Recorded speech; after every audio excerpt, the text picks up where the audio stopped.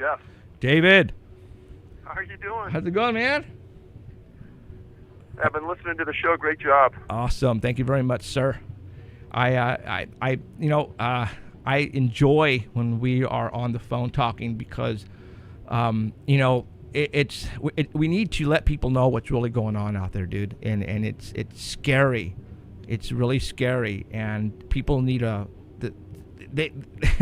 it's a weird world we live in, and we need to tell them what's going on. And for you to take this whole thing on, it's awesome. And I just want to say thank you for doing it, because I know you've been having a lot of roadblocks, and there are people who don't want you to tell us what's going on. I think you're right. I mean, just a few minutes ago you were talking about Yosemite, and I'll just tell your people that are listening that June 17th, 2011, a man with a church group came up from L.A., went to Yosemite for the day. His name was George Penka, and George walked with the group up to Upper Yosemite Falls. He wasn't in very good shape, kind of a robust guy. The group was up on top, watching, looking. They came back down. He was last in line. He never made it down. They searched for him for 6 days, and that was 4 years ago. He's never been found. Wow. And there's really not a lot of places to go up there. No, there isn't. And you have people on that path, daily, hundreds of people. So where in the hell did he go? That is $1 million question. God, that's just, dude, we're talking sci-fi here, man. We're talking like a door opens up and he falls through in like Land of the Lost and there's another dimension. I mean, it could be anything. I was talking about this case to somebody maybe a week ago because we knew how heavily traveled that trail is, and if they were bringing cadaver dogs along that way, or even people walking along the path, if George was still there, the odor would be there and everyone would smell it. Right. So it's pretty obvious he's not there. He's not there. Man. Okay. All right. Well, hey, welcome back, dude. And it's awesome that you are here because I saw your post and you're getting ready to continue on to your next adventure. And I want to tell everybody what you're doing here. So I'm going to let you go ahead and do it. You got a movie. You want to film a movie about this, right? A documentary. Well, actually, we're about halfway into it, I would say, right now. I've been approached probably 10 times by different groups in the last 5 years about wanting to do a documentary on the books. The issue is, for people that don't know, is many times these companies want to take dramatic recreations and do it at their own way and exaggerate it and not do it factually. And one of the demands I had was I wanted to be one of those people at that table making a decision about what would happen on screen and what wouldn't, because I didn't want anyone to think there was any exaggeration. And the fact is, these stories don't need any. They're strange enough. And what eventually ended up happening is I put together a group of Emmy Award-winning videographers, experts, and everything you can imagine to make it happen the right way. We've been to many national parks in the last couple months, filming, interviewing victims' families. And that was the result of the trailer that's online now, Missing 411, the movie. If you go to Kickstarter.com, just type in Missing 411, you'll hit the site. We're right at $40,000 right now. The target was a minimum of $100,000. Probably we're hoping for $200 because I think at that level we could make something really, really special. And so far, I would say things have gone as good, if not way better, than we ever thought. We've interviewed U.S. National Park officials, a former head of the National Park Service, retired rangers, victims' families. I mean, Jeff, it's really a compelling piece right now. Wow. And you have credible people telling you this stuff is really happening. And that's what's really going to open up people's eyes, because they think it's just word of mouth and it's just you and you have nothing behind it. You have no proof. But when you bring on, Department of Forestry personnel and law enforcement telling you, dude, this is really going on out there, but we have no idea what's happening, people are going to go, whoa. They're going to freak. especially some of the things that we will put on screen. I mean, just recently we've gotten crime scene photos of recovery sites that will just blow people's minds. Wow. And obviously I follow you on Facebook, and for the past, let's just say 5 months, there have been, missing people, and where they're found in boulders. Boulders, man. What's with these boulders? Why are they finding them surrounded by boulders? That's just blowing me away. These big rocks. It's like, I'll tell you people a quick story. Is that June 5th, 2015, just a couple months ago, a boy from Vancouver was with his friends in an area of British Columbia called Chilliwack. And they were walking down the trail, and it's the same story every time. His friends say, somehow or another, we got separated. And this friend, Sagu, disappeared. Well, days later, search and rescue, and I'll quote him, said, it was very, very strange and difficult to explain why he ended up where he did. Said Fraser, search and rescue commander, blah, blah, blah. Right. Well, where he ended up, Jeff, is right in the middle of a boulder field. And anyone can go online and see where he ended up. And they say he died from a fall and he had head injuries. But if you look at the slope of the boulder field, it's very hard to imagine, number one, how he got to where he was, number two, how he fell, and number three, how he died. I remember that post, and as soon as it said boulders and rocks, I knew, oh my God, it's one of those cases that are, it's repetitive in your other books, man. It's there. It's all right. Let's talk about how many people have gone missing. You get cases obviously from all over the world. People email you news reports, and you get posts from Facebook, and people trying to give you the heads up on what's going on in their neighborhood. Has the disappearances increased? Have they been decreasing? Is it still the same? So the listeners understand is that just because you disappear in a rural area, it isn't something that we'll track or we're going to list on our site. We're looking for a specific profile that we've established after looking at thousands of cases. These aren't people who want to voluntarily disappear. These aren't people with mental illnesses. These aren't people that are suicidal. These cases fit into a category where, number one, canines can't search or they don't want to search, and they can't find a scent. Boulders come in a predominant part in many of the disappearances. Many times if the victims are found, they don't have clothing on or they're missing shoes. In the mere chance, and this is rare, where somebody is found and survives, that person usually has such a severe disability, meaning they're autistic or they have dementia or they have a speech impediment so severe that they can't talk, so they can't explain what happened.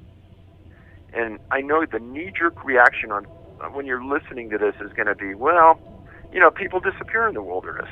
And I'm going to be the first guy that says, yes, they do. The reality of it is that these specific disappearances are not animal attack related. And that's been vetted by search and rescue personnel. If there's an animal attack on somebody, there's usually loud screaming involved. There's blood in the area. There's drag marks from the scene. When search and rescue brings trackers in, none of that stuff has happened. None of that is prevalent. And when the victims are found, there's no animal attack normally associated with it. If it is, the coroner usually says it's post-death related, meaning that they died and they were later eaten or predated by an animal. Now, what you asked about the increase from year to year, that's really something that's pretty chilling in our mind, in that in the last 3 or 4 years, there has been incremental increases in the number of disappearances exactly fitting the profile we lay out. Is that because more people are now going camping? Or now we're talking about usually in national parks, right? Or in parks? National parks, forests, okay. Predominantly. Okay. People go camping every year. They do it as religiously. So we can't say that people are deciding to go camping for the first time. So I'm thinking that is it just that you are now being told about these cases more often than before? See, I don't think that's it, because this is going on my 6th year doing this, and we have absolutely scoured archives looking for cases. One of the things we did right away when we found out about this is we filed a Freedom of Information Act request against the National Park Service for a list of people that are missing within their system. And why them? Well, they have a very large group of trained law enforcement officers, police officers that have gone to the Federal Law Enforcement Training Center, and they are armed. They have detectives. They have special agents assigned to the National Park Service, and they have the wherewithal to search correctly, keep data on the information, etc. Well, when we filed the Freedom of Information Act, I had an attorney from the Park Service call me and ask me why I wanted the information. And I explained to him, well, first of all, that's an illegal question according to the Freedom of Information Act, because you can't use that as a decision-making process and if you're going to give me the data or not. And he says, oh, that's not going to be a decision because we're not going to give it to you. And I said, what do you mean? He goes, well, we don't keep track of people missing in our system, and we don't know the numbers. Now, Jeff, as somebody who worked in law enforcement for 20 years, I have lots of friends in law enforcement all over the world. The idea that a large federal agency like that doesn't keep track of people who are missing inside their system is ludicrous. Or he's lying to you. Exactly. Wow. I mean, I've had some of the best journalists in the world, and if you watch the trailer, George Knapp is probably I think the best investigative journalist in the world. And when he first heard that from me, he said, Dave, they're outright lying to you. Absolutely. They don't want to give that information to you. Yep. I think it's paranormal, man. And, paranormal is something they're not supposed to talk about. And if they did talk about paranormal and missing people, and then what else are they hiding? And we can go on to the stuff that we talk about here. But, wow. Okay. The movie that, or the documentary itself, you said you already have half of it shot? I would say we're between a third and a half done right now. We knew exactly how much money we had. I mean, it was coming from me. Right. And we mapped it out. We knew exactly where we wanted to be. We ended up exactly where we're at. We had the ability to put a trailer out there to show people how good of a production we could do. We shot everything in 4K, meaning, Jeff, the national parks look beautiful. And we actually got the permits in a couple of these national parks, so we did it all legally. The National Park Service hasn't given us any interviews of any of their top executives. They don't want to talk, but their frontline people have talked, and really that's where the story is. And we have many more interviews to do, many more locations to go to, and we want to use special high-end animation to explain the incredible distances that some 2- and 3-year-olds have covered, and you'll realize quickly that that is impossible, that they allegedly covered these distances. Right. So, I mean, you've read the books, you understand what I'm saying. Oh, yeah. How can a 8-year-old or a 7-year-old climb over a mountain, another mountain, across a river, on another hill, and they find him there? Well, how in the hell did he get from point A to point B? Exactly. And that would be part of the animation we want to use. Right. Awesome. Wow. Okay. So, do you have a time frame? Obviously, I think you've only just started the Kickstarter in like 2 or 3 days, and you're already at 40,000, dude. That's awesome. Well, it's been a great job by the entire team. One of the people that's intimately involved in this is my son, Ben. He graduated with a major in business and film studies, and he was a Division I hockey player, and I've been using him, and he's been the director on the project, and you can watch and see that he's done incredible work. And then we brought on some other people that have expertise in areas where we don't, and Jeff, I'm really proud of what they've done, and I can tell you that the guys that saw some of the interviews we did with the victims were stunned of what they heard. Freaked out. Freaked out is the word. Because, okay, well, obviously you heard before the broadcast, before you came on, that I instructed people to go and listen to our interviews that we've done in the past years. And I think once they figure out what we're talking, when they finally listen to that and finally realize what's really going on, where can my audience get your books? Because if they go to Amazon or something, they're going to be spending $150, $200 a piece, but I don't think that's how much they are. Well, the easiest way is probably just Google Missing 411, and it'll take you to our site. But again, the film site where we need people to pledge, and yes. we put up some really fun and good rewards for the pledges, is go to Kickstarter.com, Missing 411, and peruse through it. And there's some real fun things that you can do. We have a couple of openings where you can actually be in the movie. So right on. We want to get people involved. Awesome. All right, David, thank you very much for coming on tonight. I'm going to let you go. And for all those who want to go and contribute on the Kickstarter, search Missing 411, get you there. You got some great perks that you can get for different types of amounts of money that you give. And let's get you back on here pretty soon, David, for a good, solid interview and talk about some new cases that popped up, and let's freak some more people out. Jeff, anytime. I love you. I love your show, and thank you for having me. Awesome. Thank you, David. Okay, we'll talk to you soon, right? Take care. Okay, see ya. Bye. Bye. All right, David Paulides. And again, I don't want to force you. You know what?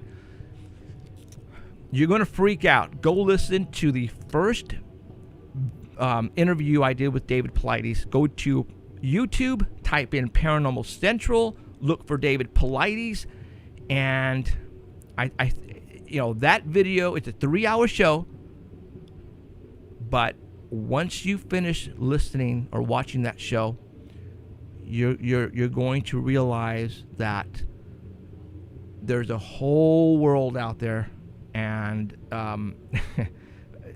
that video that we shot, that interview, again, there's one case that he talks about that is going to freak you out, and that's all I'm going to say. So I want you guys to go and watch that 3-hour interview, because it's going to freak you out.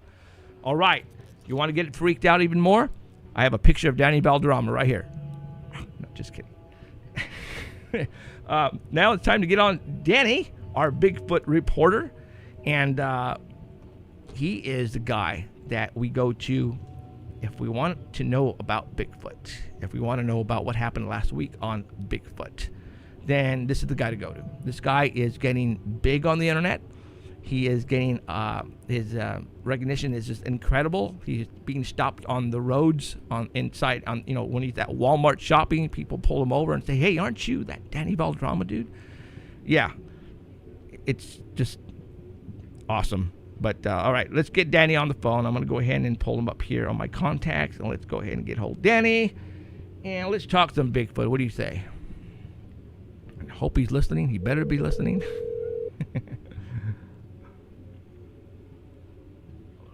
Hello? Hello. Is this the Bürgermeister Burger? What? Oh. Hey, I got to clarify something there. Okay. That little Allen sitting there, Right. is that a hedgehog or a hedgehound? A hedgehog. Hedgehog. All right. You said hedgehound earlier, and that freaked me out. Oh, did I really? What? Well, I tell you, he turned into a hound afterwards. Did he? Okay. A hedge. I did say hedgehog, didn't I? Okay, hedgehog. Sorry. So what the heck is that? What the heck is that? I tell you, there's different monsters popping up all over the place, dude. It's like we have to come up with new names. Creature found every day. I tell you. All right. Well, we got David. Jeez Louise. Danny is on the phone, and Danny sent me over some photographs that we're going to be letting you guys view here on the live stream. But if you're listening to us on the Dark Matter Digital Network and you're at the artbell.com website, go to the homepage, because his photographs have been placed there by Keith himself. And if that way you can follow us along and you will not miss out on anything. So, Mr. Danny, let's go to the photographs that you sent me. And let's put up photograph number 1, and you are a go. All right, Picture number 1 is from the Oregon Bigfooters. It's the Research and Bigfoot Sightings page. And there's 3 pictures with this one. This first picture is from Travis Peterson. He was in a meadow in the Cascade Mountains with another guy, and they found these prints on the ground there in the mud. And if you look at that picture, you can see kind of like an S-shaped kind of footprint. You want me to go to the next one? It looks kind of weird. Well, the next one's kind of blurry, but you can go ahead and go to the next one. Okay. They were taken with their cell phone. He had his friend put his hand there for scale. You can kind of see the outline, but it looks really weird right away because it's kind of an S shape. Right. But is it a Bigfoot? Nope. No. What? This is actually a bear print. Oh, you suck. This is a bear double step. And what the bears will do is they'll step down with their front step, and then the way they move their hips, their back foot steps right underneath or sometimes on top of their first footprint. So if you look closely at this one, you can see where the toes are at the top, and on the first picture where his thumb is, that's actually the bottom of the print right there. So it's kind of small from the toes down to the guy's thumb.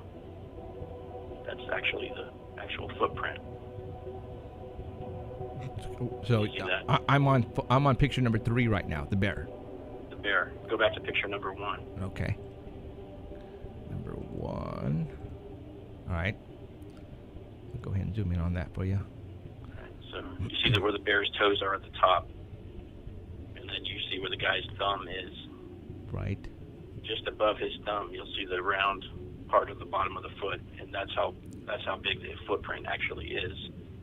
So it's not very big at all. Okay, I follow you. That's the original footprint, and then the back foot is the bottom part. Now, on it. So the people who placed these photographs on the net, they knew that they were bear prints. Okay, that was my next question. And they wanted to show you how easily you can be tricked, gotcha, or fooled, or if you don't know what you're looking at. Well, because it's in an S shape, that probably throws a red flag right off the bat, right? I thought that was strange as soon as I saw it. Yeah, because because all the prints that we have seen are a regular footprint, and there's no doubt about it that it's a footprint. And stuff like this, when it's always that the heel is way over to the right compared to the upper foot, then you're going to wait a minute. There's not right here at all. Because if a person was going to lie and hoax this, it would not be, an S-shaped footprint for one thing. So, but yeah, I follow you. So. And a lot of people were saying, well, this isn't even a bear because I don't see any claw prints. How can it be a bear? Right. And depending on the mud and how deep the imprint is, the impression in the ground, right, you may not see the claws. And I confirmed this with Dr. Meldrum. I sent him some pictures a couple times back and to ask his opinion on them. And he said a couple times that they were bears, and I said, "Are you sure? I don't see any claw marks." He said, "They don't always show up." And that's what the third picture is there. You can see that not always do the bear claws touch the ground. So if he's going to step down in the ground, if it's really muddy, then you'll be able to see the claws because the footprint will go into the ground further. Right. Well, we've seen them at our campsite too. Oh yeah, absolutely we have, and we know right away they're bear. Yeah, because you see the claws, the little points at the very top. They're points. And little holes in the ground. Right. And that would be a bear. And then we stand up and look around, and we take Ellen's cane and we run. Yep. And we'd look at the trail cam pictures and we'd see the little cub with the mama. Yes. Say, whoa, that's not good. That's not good at all. So, all right, let's go to picture number 4. Got a picture here of what looks to be a Bigfoot with red eyes. This is from Squatchin.com. This one has 3 pictures. There's a new reality show in the works, and they're filming squatchers. And they're gearing up to film squatcher groups from across North America. And who are they looking for? Anybody that's boring, interesting, psychotic. We know one of those guys. Yeah. Animated, angry, competent, clumsy, organized, scientific, creative. They want you to be you. They don't want you to be fake just for the cameras. Right. They want your group the way it is. And, you know, how, if your idea of squatching is just sitting around the campfire talking, they want to tape that. If you just walk the trails or do grid pattern searches or have camera traps, put out bait, if you track it, they don't care. They want to film you. Wow. They want different groups all around, so that it's not the same thing every day. So what production company is doing this, and where and what and when is it coming out? It doesn't say yet which production company is doing it, but you know, it doesn't matter where you go either. If it's mountains, the desert, jungle, rainforest, your own backyard, or a dumpster, or even 20 miles from the nearest road, they said they will keep up with you. Interesting. It doesn't matter if you're trying to get footage or still shot or DNA or live body or even a dead body. You know, or just prints. Okay. They said if it's legal, they will film it. So some areas it's not legal to hunt a Bigfoot. Right. In some places there are. So it has to be legal. But here's the three things that you must have. Your group has to go Bigfoot hunting at least 4 times a year. You have to have a regular area that you're familiar with, and you have to have your methods or routine, and it has to be like you already have to have a routine that you do, right? Methods, all that stuff, right? Regularly. And well, there's an application on this website. I put the website along with the pictures on our Bell page. Okay. So there's an application that you have to fill out, and it will keep your area confidential. Ooh. Well, and it'll include, you have to include all your members' names, and you also have to include a 2 to 5 minute video of you guys in action. Oh. So you gonna fill out a form, Danny? I already did. Okay, right on. No. What? No. Not without you. No, do it, dude. Go for it. See what happens. Hey. So picture number 3 is picture number 2. It says, "Do you squatch? You know, America wants to watch ya." Do you squatch? Picture number 3 says the hottest new Bigfoot reality show is gearing up to film Sasquatch groups across North America. We are looking for groups to follow and film. Are you one? You know, this is a good idea. It won't be the same show because, you know, like some of the shows on TV already have fallen into the routine, and right. You know what's coming up next. Right. This is actually a really good idea. A different show every week, you probably. Know, if the people they follow, and hopefully they will not try to hoax anything. You know, they might be able to get some good stuff. Yep. They might, you know, instead of finding Bigfoot, they might have found Bigfoot. I mean, this is a really great idea, I think. And again, it all depends upon the team they go to. You know, they follow. You know, if it's a group where all they want to do is just get on TV and become famous, and I'm hoping that they're not going to go and try to hoax shit. You know, that just, I just hope that doesn't happen. It depends on how big the crew is, too, the camera crew, and how many people, because you have 20 people jumping through the woods. Right. Don't scare everything away. Right. But if it's just them following you to go retrieve, you know, game cameras and set up traps and stuff like that, at that point in time, you're not going to see if you can find Bigfoot, but is there any evidence that was left that you can get on film? And I think that's where they're going to get a lot of stuff. I really do. So, cool. Squatchin.com. Squatchin.com. Awesome. All right. Got picture number 8. Oh, I remember this photo. This is the last one. It's pretty controversial. Okay. And this is from the Bigfoot Encounters page. It's been making the rounds on a few pages this week. And the first photo that you have up is the original unedited picture. This has been out a while, though, hasn't it? Yeah, it has. Okay. In the 90s. Right. This report was done by Mark Travinsky. And this was a photograph that was originally sent to the editor of a magazine called Strange Magazine. And it accompanied a letter from Raymond Wallace of Toledo, Washington. And he said this was his letter that he put in with the picture. It says, "Here's a picture of a female Bigfoot. I bought it. This is the negative. This picture's from the negative. From a photographer. He was up near Mount St. Helens in March, taking pictures when he saw this giant-sized female sitting on a log asleep, as she was so heavy with a baby inside of her. that she could not move very fast. He said she would have been easy to capture while sleeping on this log on an old abandoned loading site where they used to load logs several years ago. She was just there sitting out in the warm sun and went to sleep. So that was the story behind the picture, and we found out that the picture was actually taken near Spirit Lake that was just west of Mount St. Helens. So, or allegedly taken. When this guy interviewed Ray Wallace, he would not divulge the name of the person who he bought the photo from, but he did say that he purchased all the rights for the picture for $10,000. Whoa. So Ray Wallace sent this picture to another guy. His name was Ray Crow, and Wallace claimed that in the letter that he sent to Ray Crow, Ray Wallace said that he claimed that he took the photograph near Spirit Lake west of Mount St. Helens. He didn't say anything about buying the picture to him. When this reporter asked Ray Crow if that actually did happen, Ray said, "Yeah, here's the negative. I still have it." So the reporter was able to look at the negative, and it was the same picture that you're looking at there. And picture number 2 is kind of a closer look at it, and you can tell that nothing was added in. They from the negative, it was not an optical or computer composite that they added on there. It's on the negative, whatever it is. It's not a model. It's not a painting.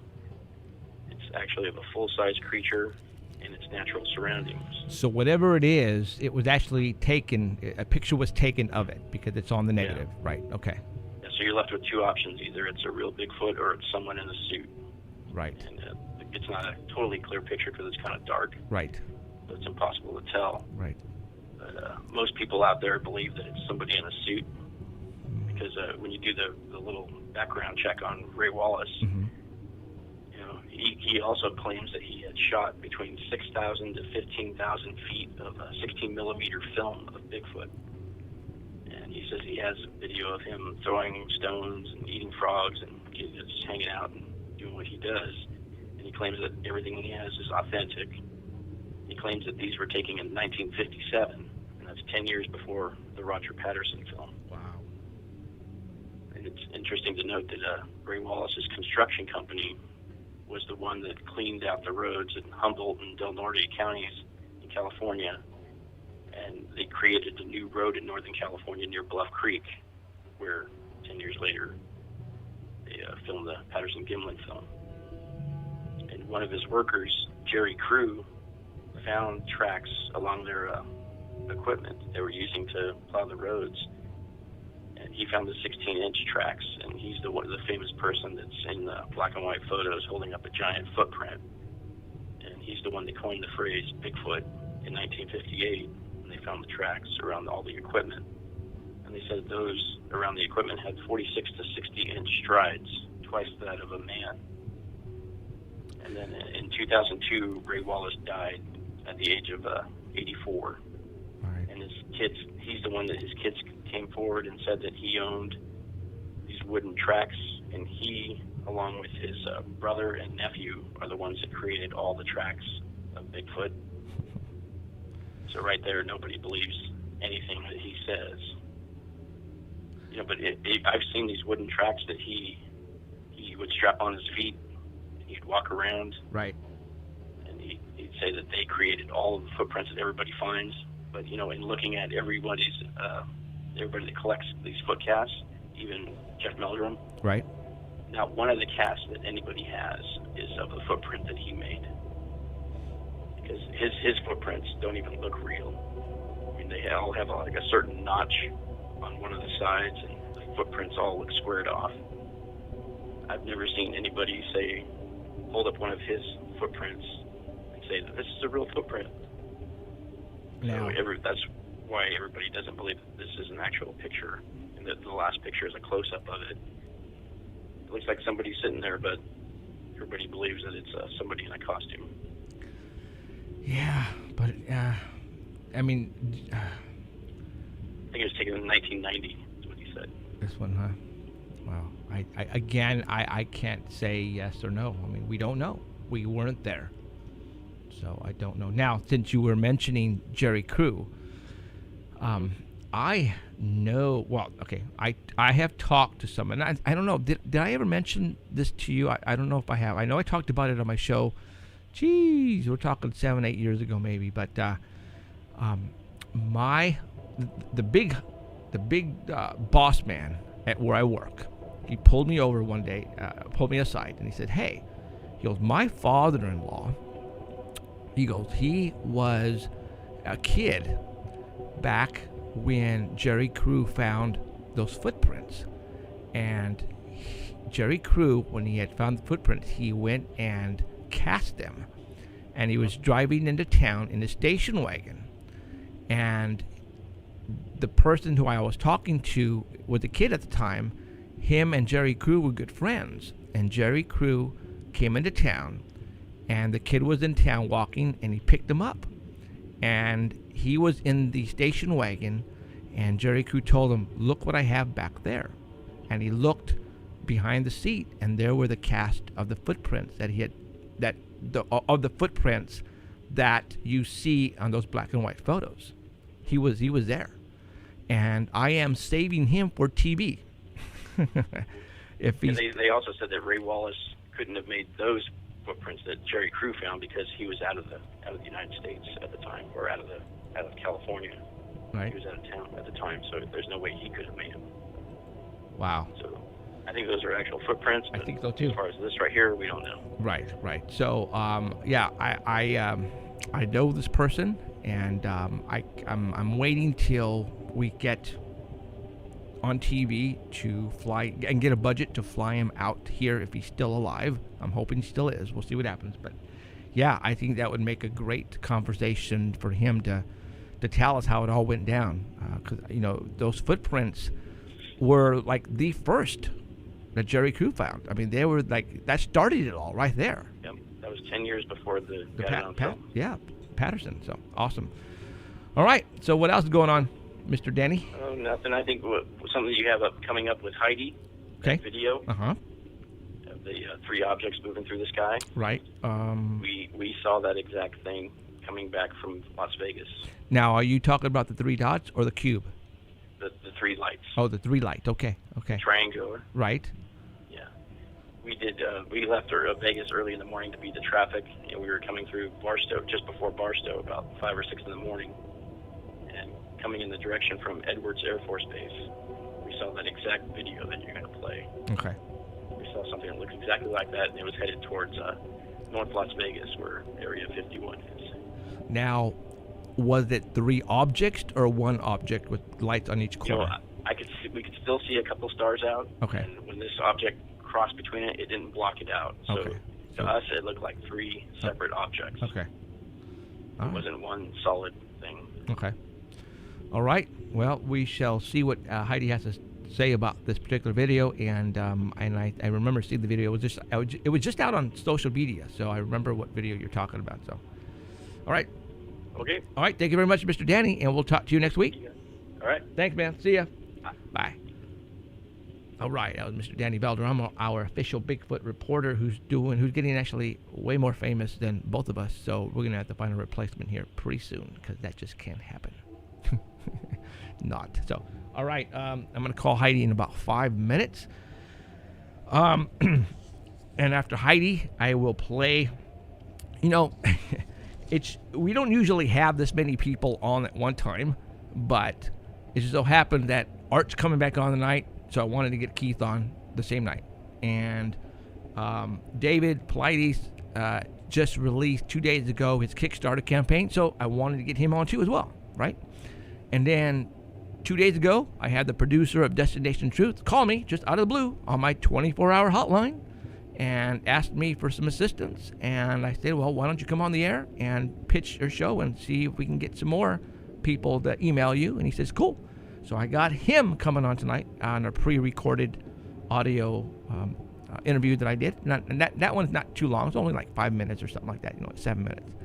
And then I have a paper here full of stuff that we're going to talk about, and I'm going to show you as well as far as clips on here. So, last night here in Fresno, California, we had one heck of a thunderstorm. Supposedly it was coming from the Mexico area, and it came this way. And this one was very, very weird. Do you guys remember The Day After Tomorrow? The movie with Dennis Quaid, basically the new ice age and half the United States going into a new ice age. And you remember in Los Angeles when those tornadoes hit and it just went total chaos? That's the way it's been happening here in California the past couple days, you guys. And we got the gist of it last night. 78,000 people lost power last night in Fresno, California, north side.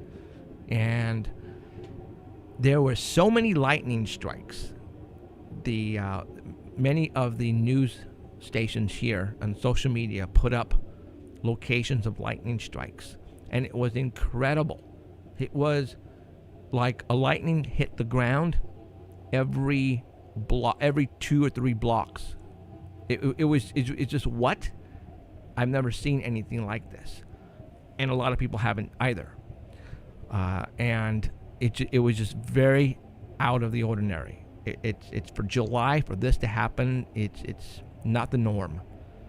So why are we getting these crazy weather patterns? And it's happening all over, not just us. I mean, it's happening all over. They're saying that we're going to have one of those El Nino years this year. And that we're probably talking at the end of this year, El Nino is going to hit pretty dang hard. And it's cool because we need the rain. The only problem is we don't have the location, the areas to keep all this water stored. We don't have any storage. We don't.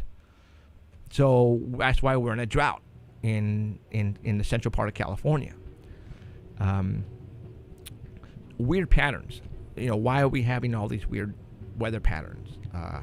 And I want to continue with that later on after we talk with Heidi and that small interview.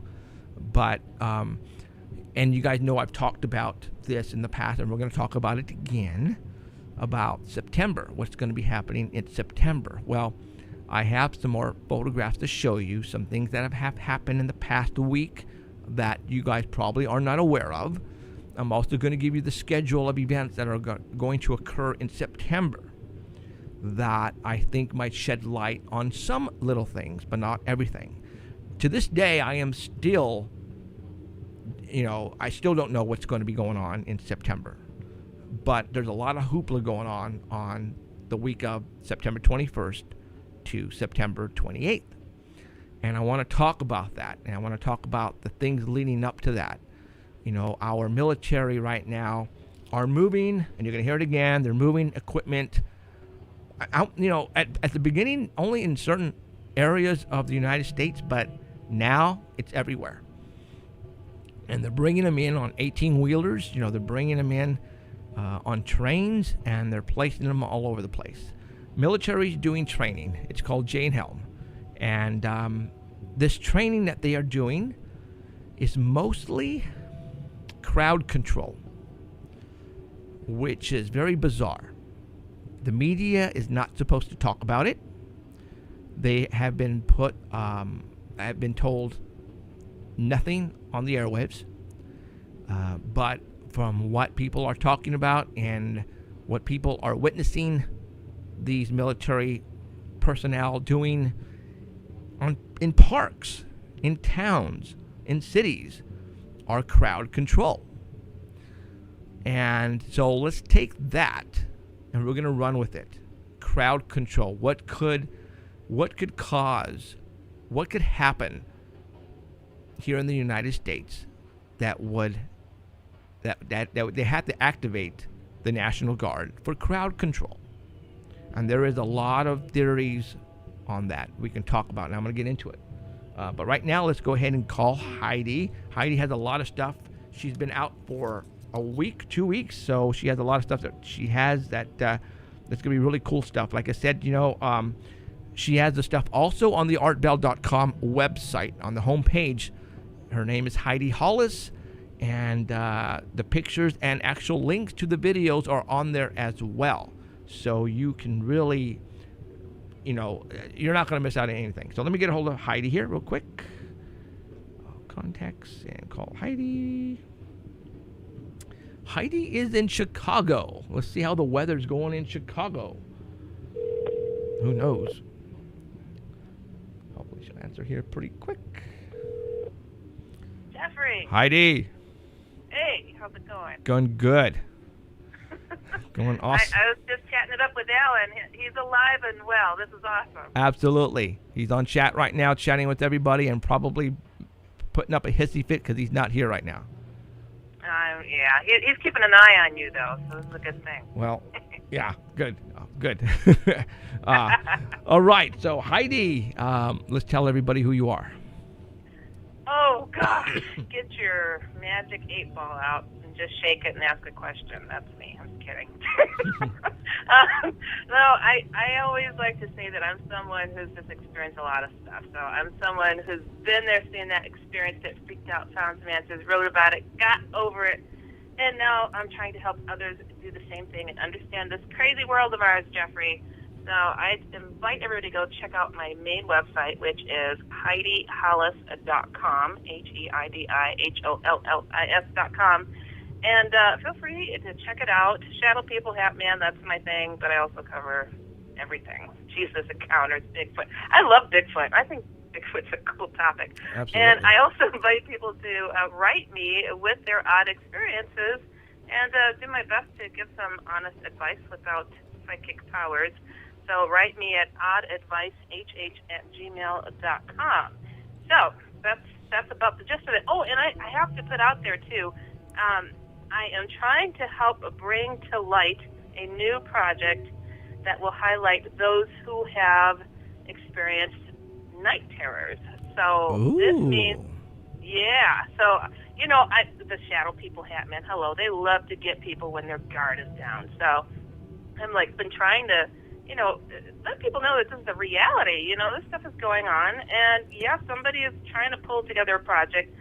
I'm, of course, ecstatic to see that somebody would do such a thing. So if you're somebody who has ongoing, night terrors, nightmares, sleepwalking, sleep paralysis, all that good stuff, feel free to write me at dustoutlander@gmail.com. You know that's our son, right? Your son? Oh, that's right. Oh, right. He's night terrors like you wouldn't believe. It's scaring us to the point where we think he's looking into the future and see what's coming. Ooh, that's what he's describing to us, man. Holy smokes. You know what? I mean, honestly, what I'm hoping with this type of project is that people who need the help get the help, no matter if it's paranormally linked or not, if it's just something that's happening, or, their place is haunted, they're becoming possessed, which I've been met with, actually, with some of the emails that I've been receiving. So, hey, I mean, if this is something that you feel could be helpful, I mean, definitely, I would get you in touch with these people, Jeff, because I'm so excited that this is happening, and it's so many people are fighting what I call a secret war in their bedrooms. I mean, at night. Nobody believes what's going on, and they don't have, always the help to get past it. So right. I'm really hoping that, getting this project to come to life is going to help those that like your son. Now, is your project going to involve the book? Is it what is it? Describe the project. Well, the project is actually in its demo stage right now. So gathering stories, getting the background, learning about what's happening. And if this gets, a green light, yes, this is something that could potentially go on to a major cable network. But again, it's at its beginning stages and trying to pull those together, the stories, the right stories that'll highlight what exactly is going on out there. And of course, I know how it is when it comes to anything that's out of the ordinary. You got to have your scientific, you got to have your psychological, and then you got to have the more practical person, right. That'll be like, look, this is going this way, I feel it's that. And, when it comes to night terrors, it does not mean necessarily there's a psychological problem. It doesn't mean necessarily there's a paranormal problem. I mean, there's a fine balance, and finding what that balance is, that's what this project is aiming for. Okay. And I'm glad to be a part of it, hopefully awesome. To see this thing come to life. So, I'm trying to help them just get the people together and Cool. You know, have people take a step forward. You Sure. know, to let this be known that this is going on out there, and it's a real phenomenon, and it's something that needs attention. And it's not only in little kids; adults are having the same. They're having the same experiences that kids are. Night terrors. Yes. It does tend to happen to children a lot more than adults. Right. But yeah, it does. It happens. You know, and a lot of things are said to trigger it: stress, caffeine. You know, but who really knows? I mean, I think it depends on, you know, what is the gist of it? What is the source of what's happening? Like you said, your son is predicting things, so that's Right. that's a whole step in another direction. That's fascinating. Okay. All right. Awesome. Okay. Well, Heidi sent over some photographs, and like I said before, they have been placed on the artbell.com website homepage, marked Heidi Hollis for today's date, and we're going to go ahead and get into it. I'm going to put up photograph number 1, and it is a set of lights. Okay. Got it. Go. Yeah. This is interesting because I heard what was just mentioned, that they also saw something just like this. I forget his name. Danny. Danny. Yeah, Danny. He falls around. Yeah, I forget his name too sometimes. So. Yeah. He said he saw something like this. And, okay, this is July 14th, triangle-shaped fleet of UFOs recorded over Rockland, Maine. And there's a video, and there's that still photo. Now, I'm not kidding you, but, like, I was met with some people on the same day who said that they saw the exact same thing, who didn't know that I was into these topics. It was just a friend of a friend. Right. And shows me the video of these lights. All right. forming. Now, what we're looking at now, right on the screen, is 4 lights, but one light is that the moon? It's like some weird reflection or something. Okay. Yeah, I'm not sure, but it is triangular shaped. And when you see the video, you'll see the 3 lights moving together in unison. Right. Because I didn't know. I don't remember seeing that 4th one at the very end on the left-hand side. So that's just like a lens flare reflection. But what she's talking about, guys, is the 3 lights that are not blurry, but definitely zoned in. So that's the one she talked about. Yeah, they move from left to right. Yes, all in unison, really steadily. It's kind of, and I always love the audio of when people see stuff out of the ordinary. It's like, what is this? What am I seeing here? I love it.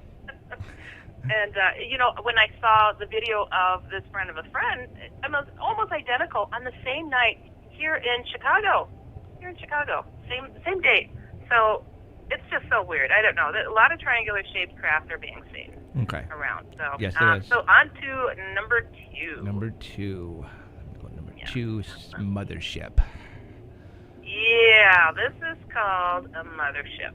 All right, this is March 30th over Houston, Texas at 2:30 a.m. What's being described as a mothership was spotted, and it shows several UFOs coming out of a main ship. When you watch the video, it's kind of clumped together, but you can see that first image there. You know what? I didn't have the first image up. Let me put the first image back up. Hold on. I goofed. Okay. I thought I had it up. Okay. There is the 3 that she was talking about first before, guys. And we're talking. And this is a report from Jaime Masson. He was giving a report about this. So, so that main glowing portion has these little parts trickling out of it. Okay. Which and they're kind of shifting around. It's really kind of a really cool video, honestly, to watch. And when you look at I don't know which picture you're looking at.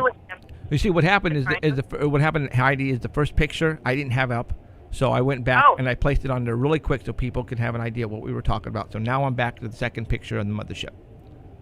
Oh, okay. The one that's white and black, where with the writing that says the objects were shifting position. This is an absolute separate UFO sighting. So yeah, picture number 2. And then picture number 3 go together. That first one was a video of a triangular shape. This one's totally different. Okay, so which picture shall I have up right now? So that one there, picture number 2, picture number 3. Those 2 go together. Okay. So I had number 2. So now number 3 is up.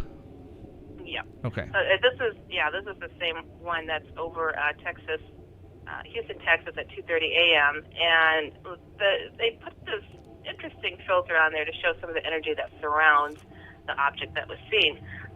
In the video link that was placed up on the website, I will get to that one. Okay, there we go. All right, so there is another image that you could go to picture number 4, just to show how some of these larger ships are known to fragment. I had not seen this image and video before, so everybody, yes, you got to check out this video. This is really a fascinating one. Picture number 4, in the video, further into the video that's up on the website, you'll see this main glowing portion that Jeffrey has up on the screen right there, and then you see this string of lights that are like, it almost look like it's a streak of light, but they're not. In the video, you'll see this main glowing spot shooting these little orbs out. It's amazing. This video was taken May 22nd, 2009, and my Spanish, I do not speak Spanish. Satellite? Ciudad? I don't know. CIDUDAD SATELITE. Satellite.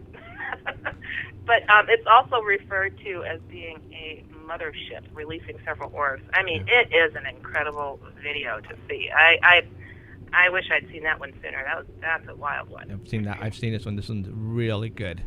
Really good. Yeah, it's something else. So moving on to picture number 5. Number 5. Got it. Yes, this one was taken July 13th over Bensenville, Illinois. And what the witness thought were UFOs zipping past, which this video is incredible. Okay, so he's like wanting to document some of the strange weather patterns that we've had over here in Chicago as well, here in the Illinois area. Just absolutely crazy storms. Well, he's shooting video, and to his right, he's like, oh, look over here, we have a beautiful sunny sky, and to our left, we've got, the real show, and it was like an electrical storm going on to the left, right? And he's like, it's just silent. You don't hear anything. You just see lightning kind of zigzagging all over the place, and then he's like, this is really cool. And then he goes, why did I just see a UFO go past me in the video? So, and I'm like, hold on. I stopped it. I paused it. I'm like, that's not a UFO. It's a rod. Jose Escamilla, come on now. This is all rods. There were 2 rods that shot through this video, and that first image there is one. I mean, it's a big one too. Wow. And they seem to be responsible for the electrical anomalies that were going on, because it was just wild. It was just wild. When you go to picture number 6, the next picture. Number 6. And again, everybody, this is also on the Dark Matter Network. The Dark Matter Digital Network at artbell.com. These pictures are on there right now, and the links for the videos. If you are listening to us at the artbell.com website, you can go there and catch up on what we're talking about. So we're going to picture number 6, you said? Yep. Okay. And picture number 6 shows the very beginning of this one. Well, I think this is the UFO he made a comment on, like, why did I just see a UFO pass me? So you see the beginning of this tiny rod, and when you progress to picture number 7 and then picture number 8, you'll see this rod just totally come into view. It's just like shoots down, swoops up towards the camera. So go ahead and click on through them, because wow, it's amazing. I actually forwarded the video to Jose Escamilla to let him have a look at it. It was an absolute wild video to see. I love the comments that the guy is making too. Oh, why did I just see a UFO zapping past me? But I'm like, it's a rod. Oh my gosh, there's 2 rods. That's really cool. I mean, these rods are not little things sometimes. I mean, I don't know. I always would think in my head, oh, rods are these little things like the orbs that people see, but these are some big mothership rods or something. Yeah, you know what? Depending on how far they are or how close they are, you can't tell the size. But yeah, I don't know. I really don't know how big these are. But I saw the video, And I Yeah. I remember the guy goes, "Didn't I just see a UFO?" Just that was funny. It is, right? I love it. All right. So, all right, now going on to this next one. Now, I got your message on Facebook, and there's a couple other people that have commented in regard to this, because I wanted to get a little public opinion on this, Sure. because it is just so extraordinary. Yes. I don't know these group of guys that have posted this video Right. and these pictures, and it's so hard to know, what the heck is going on out there in the Right. world anymore, because people are able to fake so much. Yes. So, again, I don't know. I'm just putting it out there. If it's a hoax, so be it. And I don't know, but I'll just put the story. Okay, so Yes, go for it. The first picture is June 29th over El Paso, Texas, at about noon. This fellow supposedly stepped out during his lunch break and saw this beautiful array of clouds. It was just kind of a crazy ensemble, and he decided to take a picture. And he didn't see anything initially, but then he saw this black spot, and so he kind of paid attention to it.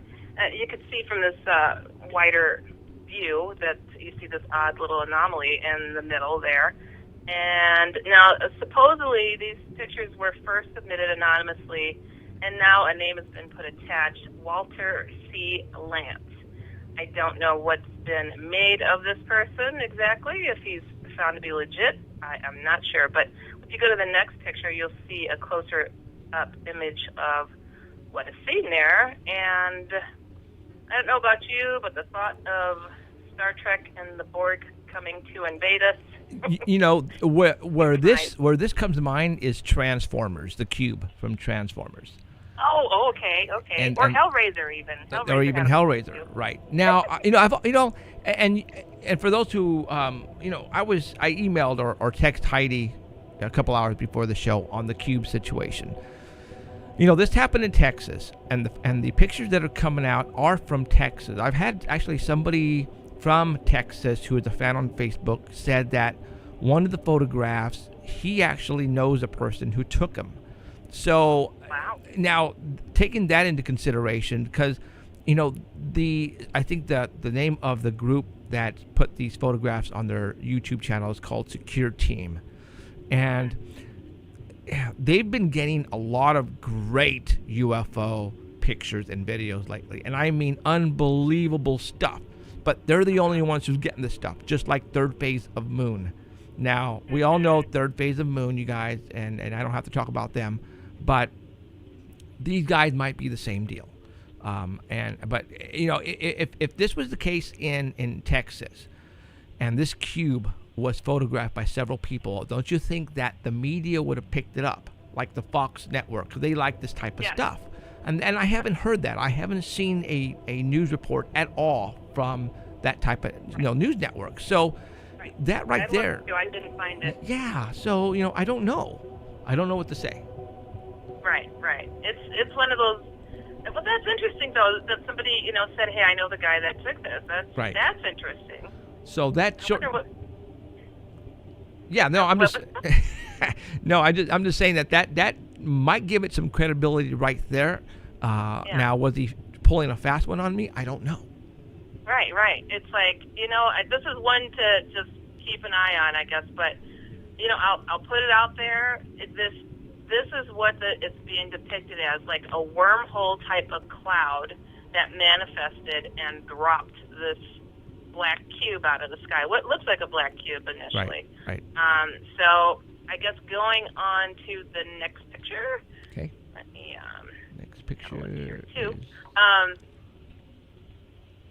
You'll see that the guy is pointing at I don't know if you're on the picture. Yeah, he's pointing at it like, oh my goodness, I see it right there. Right. And then going on to the next picture, this is a closer up shot of him pointing at it. Okay. And the following picture shows a filter that was applied to show some of the so-called energy that's being manifested around the craft. There's a couple of filtered photos there too. Now, I say this last one for the best for last. Let's put it that way.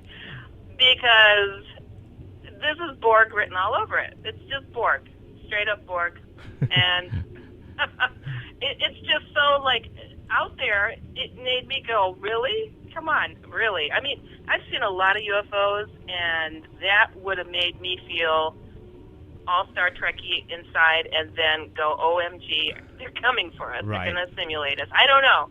It's really a freaky, freaky thing. Do you see? It's picture number 15 and then 16. Okay.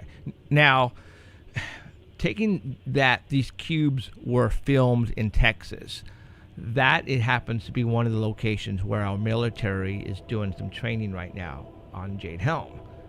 They're setting up shop all over Texas. Is one of the theories among the conspiracy theory that are talking alien invasion or alien they're gonna pretty much come out and say, hello, we're here, and Texas happens to be one of the places that's supposed to happen, hence these great cube videos coming into, you know what I'm saying? So I don't know, can this be some real stuff here? I don't know. I don't know, but are you able to pull up the one that looks that shows like the metallic surface of the craft and like the etchings on it? Yeah, so it's right picture now, number 16 and then 17. Okay, there's 16. I'm going to zoom in on 16 real quick a little bit, but that that cube has, wow, there's some I don't want to say etchings on it, but yeah, I see what you're saying. Yeah, then to the next one, that big, the big blown up one. Here's a big blown up one go. right here. And then there's another one that shows it even closer. Oh, you're zooming. That's cool. No. I'm at the next one now that's zoomed in it now. So. Cool. Yeah. So, and now this is a trip. So supposedly, these same folks that put this video out, they got another witness who took another photograph from another perspective, and she went on record, and that video of her telling her story is actually also linked up on the site. And so if you go to that next picture, the one that's kind of in blue of the cube, this is supposedly from her perspective and what she saw. That shows even more of the etchings on the side of this odd-looking craft. That's freaking Transformers right there. That's the cube. That's freaking cube from Transformers. I swear that's what it is, man. And again, what have I been telling people, that there are hints in these movies, and expect to see something in the near future that resemble this. And look what we're looking at. I mean, is this for real? I know. It's like, if this is real, this is some serious stuff here. I mean, my goodness. I don't know. It's wild, and this is what makes me, wonder too, because I have seen bizarre UFOs. I saw a diamond-shaped UFO before I'd heard of anything like that before, and it was like, I got the scratched heads. Like, what are you talking about, Heidi? I'm like, no, really, I saw a diamond, but luckily I had other witnesses with me too. Right. But it was like off the books. Nobody had seen such a thing, so you just kind of wait till somebody else does out there. And so when I hear about these cubes, supposedly there's been other cubes photographed. One over Antarctica not so long ago, and some scattered ones here and there. So there are some cubes out there, but it's a bit rarer. But right. I don't know. Yeah, but cool stuff. I've got one good email that was sent in directly to oddadvicehh@gmail. If you got time. Yep, go for it. You're on. All right. So, okay, this one is interesting. It says, "Dear Heidi, hope you are well." Well, I'm getting over bronchitis. I don't know if you will read this. I'm reading it, but I have hopes that you will, because of my experiences, especially of the lava man thing. You're going to love this, Jeff. All right, go for it.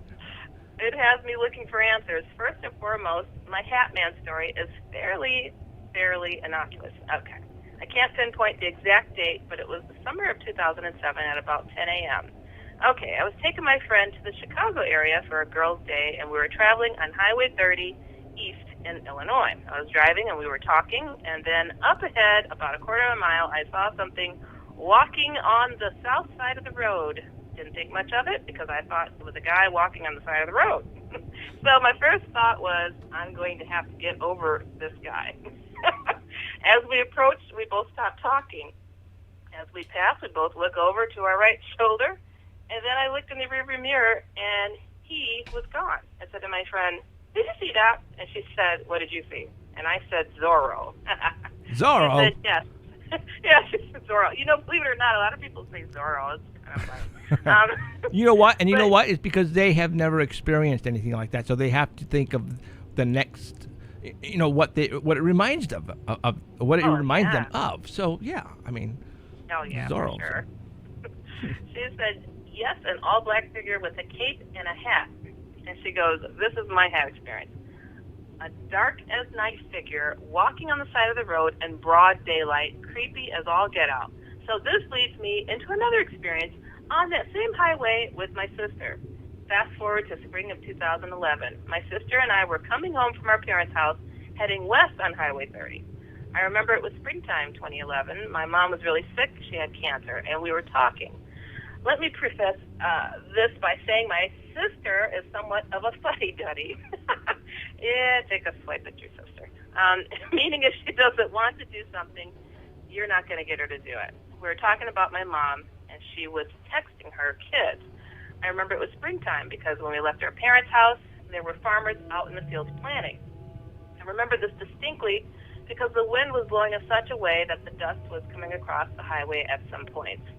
Anyway, the farther we went, the more it got dark. We got about 10 miles out of Sterling, Illinois, and we drove by a field with a tiny field road with trees by it.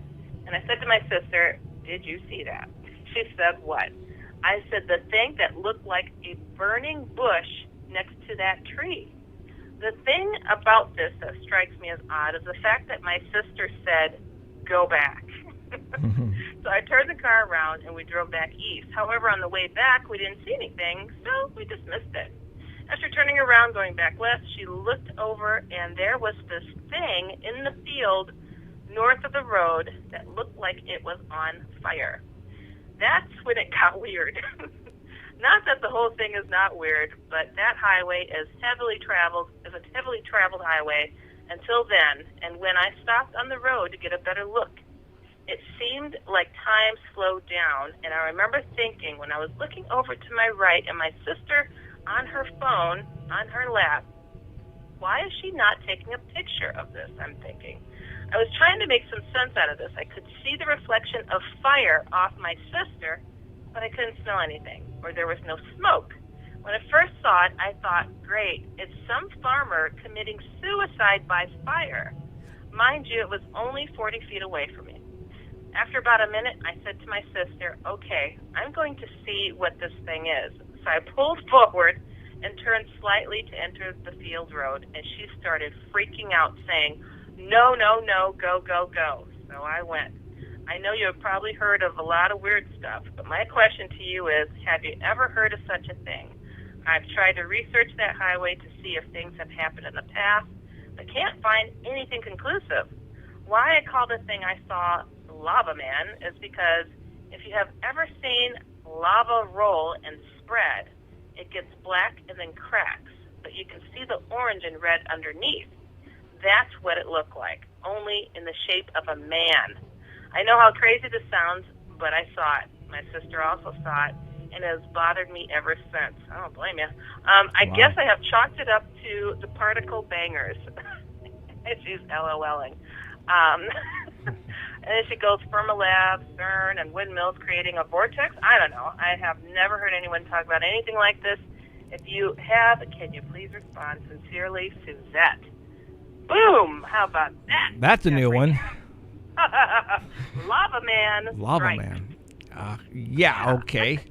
I mean, you've heard of crazy things out there, so I want to hear your take first.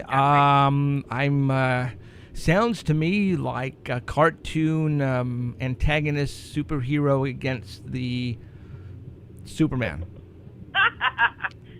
That's what it sounds like to me. You know, something that you can see in a cartoon, a Lava Man. You know what I'm saying? I mean, that's hey. just, I don't know. That's the first time I've ever heard that. What is it, demonic? I mean, I have not heard of this before. I have not. I mean, it sounds demonic, but maybe perhaps somebody had committed suicide or had burned to death in that area, and, you know, they're just reliving their death, you know? It could be something like that. Honestly, that's probably the best thing I could think of, but the way that she described the lava how it cracks and you see the red underneath and parts of, particles falling off and not smelling anything. I mean, that is just, Wow. that is the most bizarre thing I've heard in a long time. Right. I have never heard of somebody describing what you just read. Never. Yeah. Where's Alan? Come on now, Alan. He's like, it's a demon. I know he's thinking that. So I'll just put that out there. I'm pretending to be Alan. It's a demon. Because Bigfoot on fire. There you go. Oh. Maybe their skin burns differently and it cracks. Yeah. And I don't know. I'm sorry, Suzette. I'm at a loss. Watch the Lava Man reports just pour in after you put this out there. For all we know, honestly, after I put shadow people out there and the Hat Man phenomenon out there, I mean, it just flowed in. And, I thought I was the only one. And then to, thousands of emails later, I am still being shocked by some of the stories. So, honestly, after sharing your story, I wouldn't be surprised if somebody has experienced something like this, that they will come forward and share. So thank you for being bold enough to share such a story. That is a doozy, which is, I believe you. Got to believe your neighbors. Yeah, at absolutely. some point. So thanks for sharing. That was a wild one. That is, Wow. like I said, I've never heard of a story like that at all. Never. So that's the first one for me. So, wow. Cool beans. Okay. Well, Jeffrey, that's what I got for the evening. Awesome. And again, I want to invite everybody, if you have night terrors, sleepwalking, and sleep paralysis, all that good stuff, please write me at dufoutlander@gmail.com, DAFoutlander@gmail.com, and hope to get some help to people and some attention to these topics. So. Absolutely. So, all right. Thank you, Heidi. And again, Heidi's information and the pictures and video links that we have been talking about tonight, if you're on the artbell.com Dark Matter Digital Network, you can go to the homepage and review them again if you want. So, all right. Thank you, Heidi. We'll talk to you next week, okay? Thank you. Thank Good you. night. See ya. Okay. Bye. All right. That was Heidi Hollis. Okay, let's go ahead and get into it now. I have, like I said, a bunch of stuff that I want to talk about.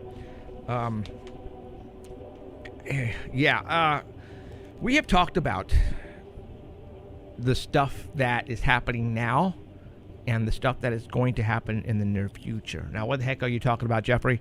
Well, the month of September 2015, this year, in about 3 months now, July, August, September.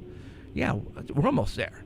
A lot of people are saying that some crazy stuff is coming our way, and that's one of the reasons why our military is involved in the Jade Helm. Is one of the reasons why they're placing military vehicles all over the United States in several places around the United States. And matter of fact, I wrote down where Jade Helm was supposed to take place: Texas, New Mexico, Arizona, California, Nevada, Utah, and Colorado. All right, let's talk about September. Now, you guys are probably going, where did you hear about September? I started hearing about September about a couple of months ago. And there's a week in September that they're talking about. We're talking about September the 21st through the 28th. All right. So what I'm going to do right now, real quick, is I'm going to put up a snapshot of a schedule that's supposed to be happening in September, and I want you guys to read it. Okay. In September, the Pope is coming to the United States of America in September. Well, big deal. Who cares? Well, all right. Let's talk about the Pope. He's going to be coming down in New York, and he's going to be actually be doing some things that have never been done before, or from what I understand. September the 23rd. All right. The Pope will be meeting at the White House with Obama. Okay, big deal. So they're going to have tea and some coffee and talk. That's what, if a Pope was going to come down, obviously that, it's a given that would be the first place to go and speak to, the President of the United States. All right. September the 24th, which is the day after, the Pope will address Congress and the representatives. I wonder what's that all about. Well, supposedly climate change, save the world, all that stuff. Okay? Okay, I can see that. I can see that happening. September the 25th, the Pope will address the United Nations. What about? Climate change. Let's, save the world. Okay. All right. September the 26th. September 26th happens to be a date. And if you have not been watching my show or listening to my show the past, let's say, month, we have talked about that particular day. Something big is supposed to happen to September the 26th. Do we know what that thing is? Do we know what is supposed to happen on that day? No, I don't. All I can tell you is that day happens to keep coming up over and over and over in everything that I do research on in social media, in YouTube videos. People make videos and they talk about this week, but the 26th happens to be the day to look for. Now, what's going on that day? In the United States on September the 26th, there just so happens that there's a lot of festivals happening on September the 26th in the United States of America. Festivals. What kind of festivals, Jeffrey? Music festivals. Like an example. Oh my gosh, the name completely spaced. Anyways, okay, big concert festivals, all right? But these particular festivals that are occurring on that day, or that weekend of the 25, 26, and 27, have to do with the world, with the future of the world. There is one happening in New York Central Park that 26, and it happens to be, and let me put up a picture of it really quick. Hold on. And I believe it's this one right here. It is called the Global Citizen Festival. Global Citizen Festival. What a weird name to give a festival or a concert. And it is occurring on Central Park, Saturday, September the 26th, given by Pearl Jam, Beyonce, Coldplay, and Ed Sheeran. I don't know how to pronounce his name. I think it's that redhead dude, if I'm not mistaken. But anyways, this is a free event, but you have to win the tickets. Okay. Global Citizen Festival. What the hell does that mean? Global Citizen Festival. Sounds like a New World organization. Does that sound like possibly maybe something about the world coming together to form something? But I'm looking at this particular poster, and this Global Citizen Festival happens to be surrounded by a red, let's say, donut. Did you know that on the 28th, and I think it starts on the 26th and ends on the 28th, but the 28th happens to be the red blood moon that's supposed to be occurring on that night. All right. Also, from what I understand, CERN is supposed to be activating around that time as well. And you know what CERN looks like. This could, I'm looking at around a donut, basically a red donut with a hole in the middle. A portal, a Stargate, maybe. All right. Okay. So I'm just going to leave that with you to, figure out what that red donut could be. So now let's go back to that schedule that I had up again, and I'm going to read it to you.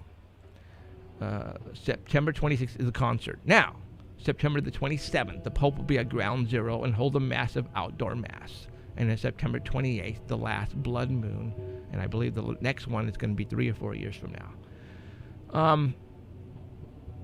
Let's talk about that weekend. I have been writing down what other people have been talking about out there as far as what they think is going to happen on September. The main one, and I don't think it's supposed to actually be here by that time. I think it's on its way. The planet X Nibiru. I remember hearing about that 3, 4, 5 years ago from a friend of mine at work. And I said, what the hell is Nibiru? Well,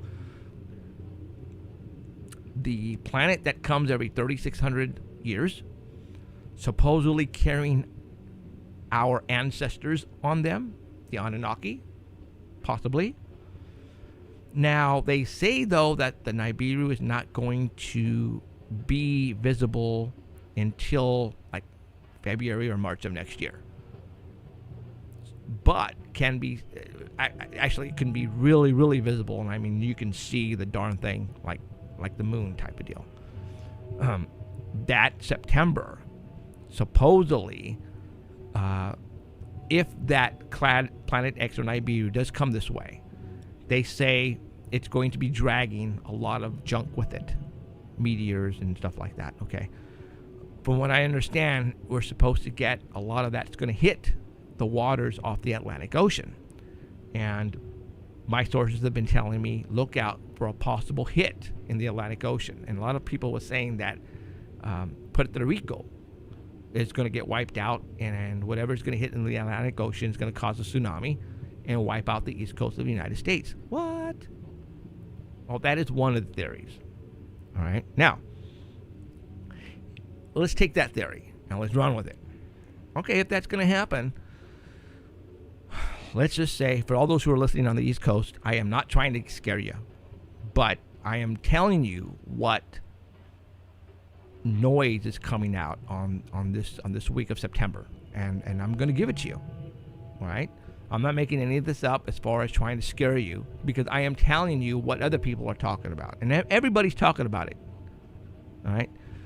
So let's just say something happens in the Atlantic Ocean and we have a tsunami and it wipes out the East Coast. Now, a month ago, 4 weeks ago, 3 weeks ago, we were talking and showing videos and photographs on this show here about hints in movies that talk about doom, talk about destruction, talks about the date 9/26/9/23. And those dates keep coming up. And it happens to be coming up, those dates, in movies that have meteor impact involvement. Big planet impact involvement. Those are the dates that are coming up. And if you want to know what I'm talking about, then go back to our archives. You can go to Paranormal Central at the YouTube channel and watch our past 4 weeks, and you'll understand what I'm talking about. Or you can go to our live stream. And for those who don't know, we are broadcasting right now Sundays at 6 o'clock p.m. to 9 o'clock p.m. Pacific time every Sunday. And you have 2 ways of catching us live. Either if you want to see us, because we are broadcasting on one hell of a studio that we built especially for you, live HD quality, then go to paranormalcentral.net. That's our website. And you have 2 ways of clicking over. You can go to live stream, and you can watch us live Sundays from 6 to 9. Or if you don't want to watch us, and if you're on the road, or if you are working, you can get the app, the TuneIn app, at the artballot.com website, and you can just listen to us. No sweat. All right? But, so, again, you can go watch our archives, or go listen to our archives on YouTube or live stream. So anyways, those dates are coming up on movies that have been like 10 years ago. Movies that people put out in theaters with these dates in it. And I don't know. So it's crazy. This date keeps coming up. I don't know what else to tell you guys, but I don't know. So anyways, all right. So let's talk about the dates again. Is it Planet X? Is it Nibiru coming away? I don't know. So take that to consideration. Now, the economy. People are talking about the economy going down. And if that does happen, then people's monies are going to disappear. You're not going to be able to get your money. All your 401ks, everything's gone. Your savings are gone.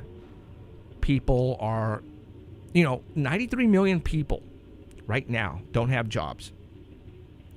How are they surviving? It's the government who's giving them money, giving them food stamps, giving them welfare to survive on. What happens if all that stops? Because these people are living on paycheck, I don't want to say paycheck, government handout to government handout. So whatever they have in their cupboards, whatever they have in their refrigerator, that is it until the next one arrives on the 31st or the 30th or the 31st.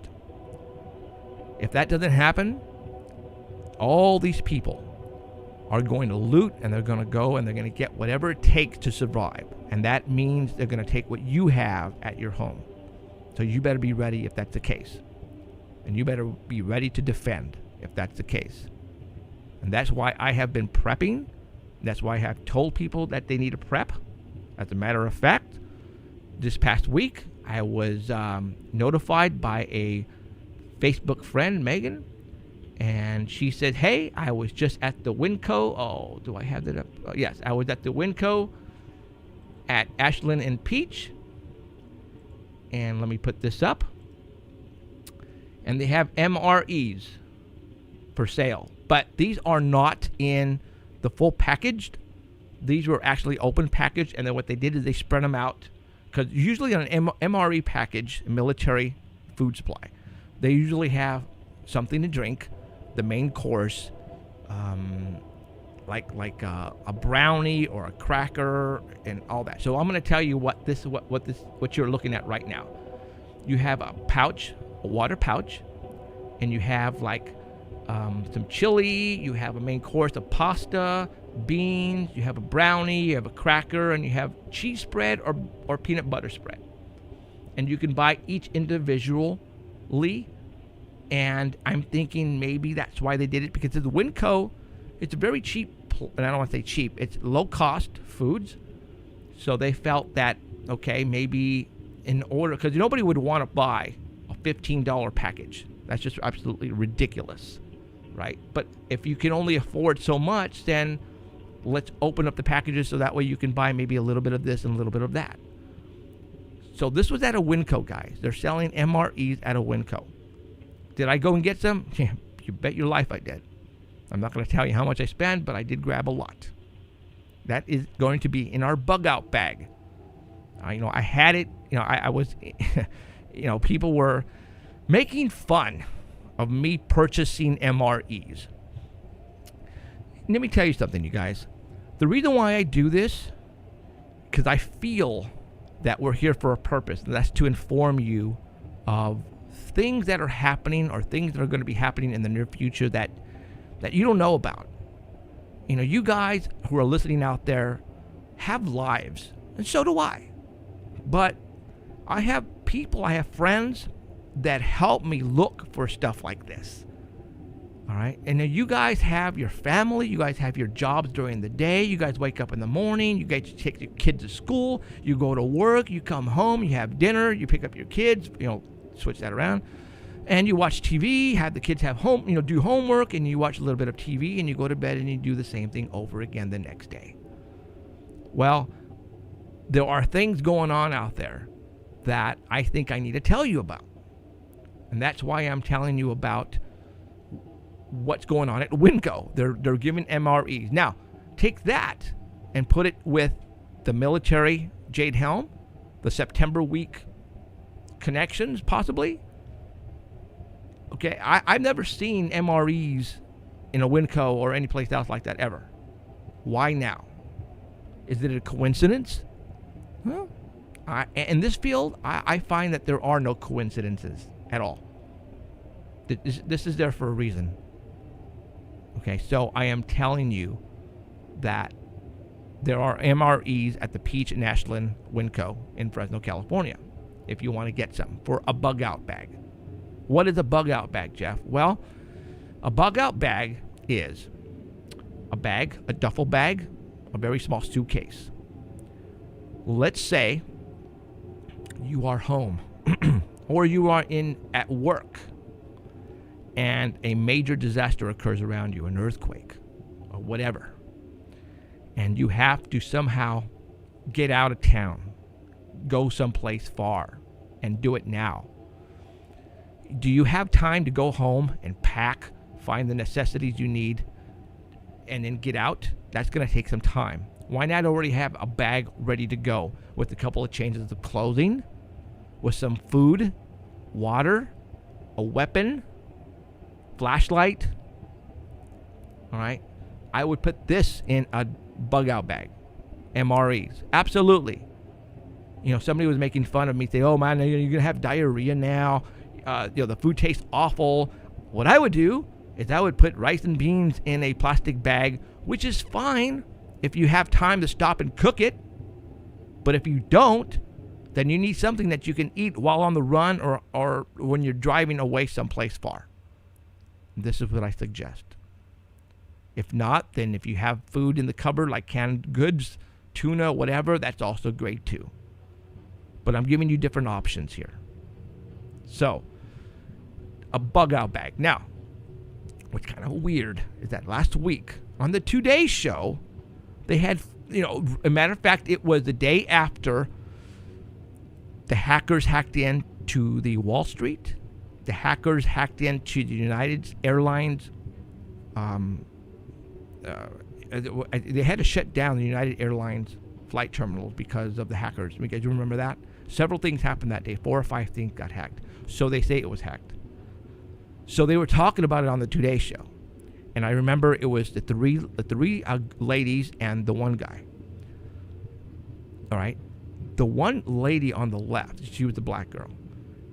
She was saying, well, I have a bug out bag and it's, near my door. And they looked at her and the guy started laughing at her. And she goes, no, I have a bug out bag with a couple of days worth of food, some clothing, and a weapon, and some money. And I went, whoa. Finally, somebody who's smart enough to even come out and say that on the Today Show. And the other girls were like, wow, I wonder if I should do that too. And then the guy was making fun of her, and he was going, I'm just going to go ahead and sit down, put my head between the knees, and just say, take me. I'm like, really, dude? You're just going to go like that? I'm not going to go like that. I'm going to put up a fight. Right? Am I saying that it's the end of the world as we know it in September? Absolutely freaking not. All right? But something is coming up. Now, last week, no, I take that back. I think it was Wednesday. I'm looking at here. It was last Wednesday, July the 15th. The Fox News, Brett Baer, I think is it, Shepard, I think is his name. He was talking about a massive earthquake that's going to occur on the West Coast, Seattle, Washington type of fault. There's a fault out there. And he was saying it's going to be about a 9.0. And it hit social media. Social media kept on sharing. Everybody shared it. And people were going, look at, they're trying to do scare tactics on people and they're scaring them. Let me tell you what happened and I wrote it down here. Let me tell you what happened. Where'd I go? Well, a couple of days before, something happened on the Today Show again. A ticker appeared at the very bottom stating that a 9.0 earthquake just occurred at the Bay Area. Swear to you guys, a 9.0 earthquake occurred. It was a ticker at the bottom of the Today Show on July the 10th. It was the July the 10th. Now, somebody sent me a photograph of a snapshot. CNN ran the same ticker. Same day. Breaking news. A major earthquake just hit the Bay Area, 9.0 on the Richter scale. CNN ran it as well on the same day, July 10th. And then on July the 15th, the Fox News came out with this telling everybody about a earthquake that will occur on the West Coast, usually on the Pacific Northwest area, knocking out Seattle and Washington completely gone. And it also goes down to the Bay Area. Now, don't you find that coincidental that on July the 10th, you have the CNN Today Show running a ticker at the very bottom that says major earthquake just occurred. What? You don't believe me? Okay, let's go ahead and put up I'm putting up right now the one that hit CNN. 9.0 earthquake hits Bay. Again, if you want to see let's see, do I have the one for the Today Show? Oh, look at this. I do. There's the one that says the Today Show right now. Massive 9.0 earthquake hits the Bay Area early this morning around 5, I think that's a.m., and it's at 7:44. They're running this ticker. This happened on July the 10th. You guys, no joke. Massive 9.0 earthquake on the Today Show. They're running this ticker. It just so happens that it occurred also on the CNN network, and they were running the same ticker. Now, obviously, I think they're owned by the same network, or were they running a test? But on July the 15th, Shepard Smith of the Fox network does a 7-minute or 9-minute long thing, information on an earthquake Pacific Northwest, which includes the Bay Area as well. Coincidental?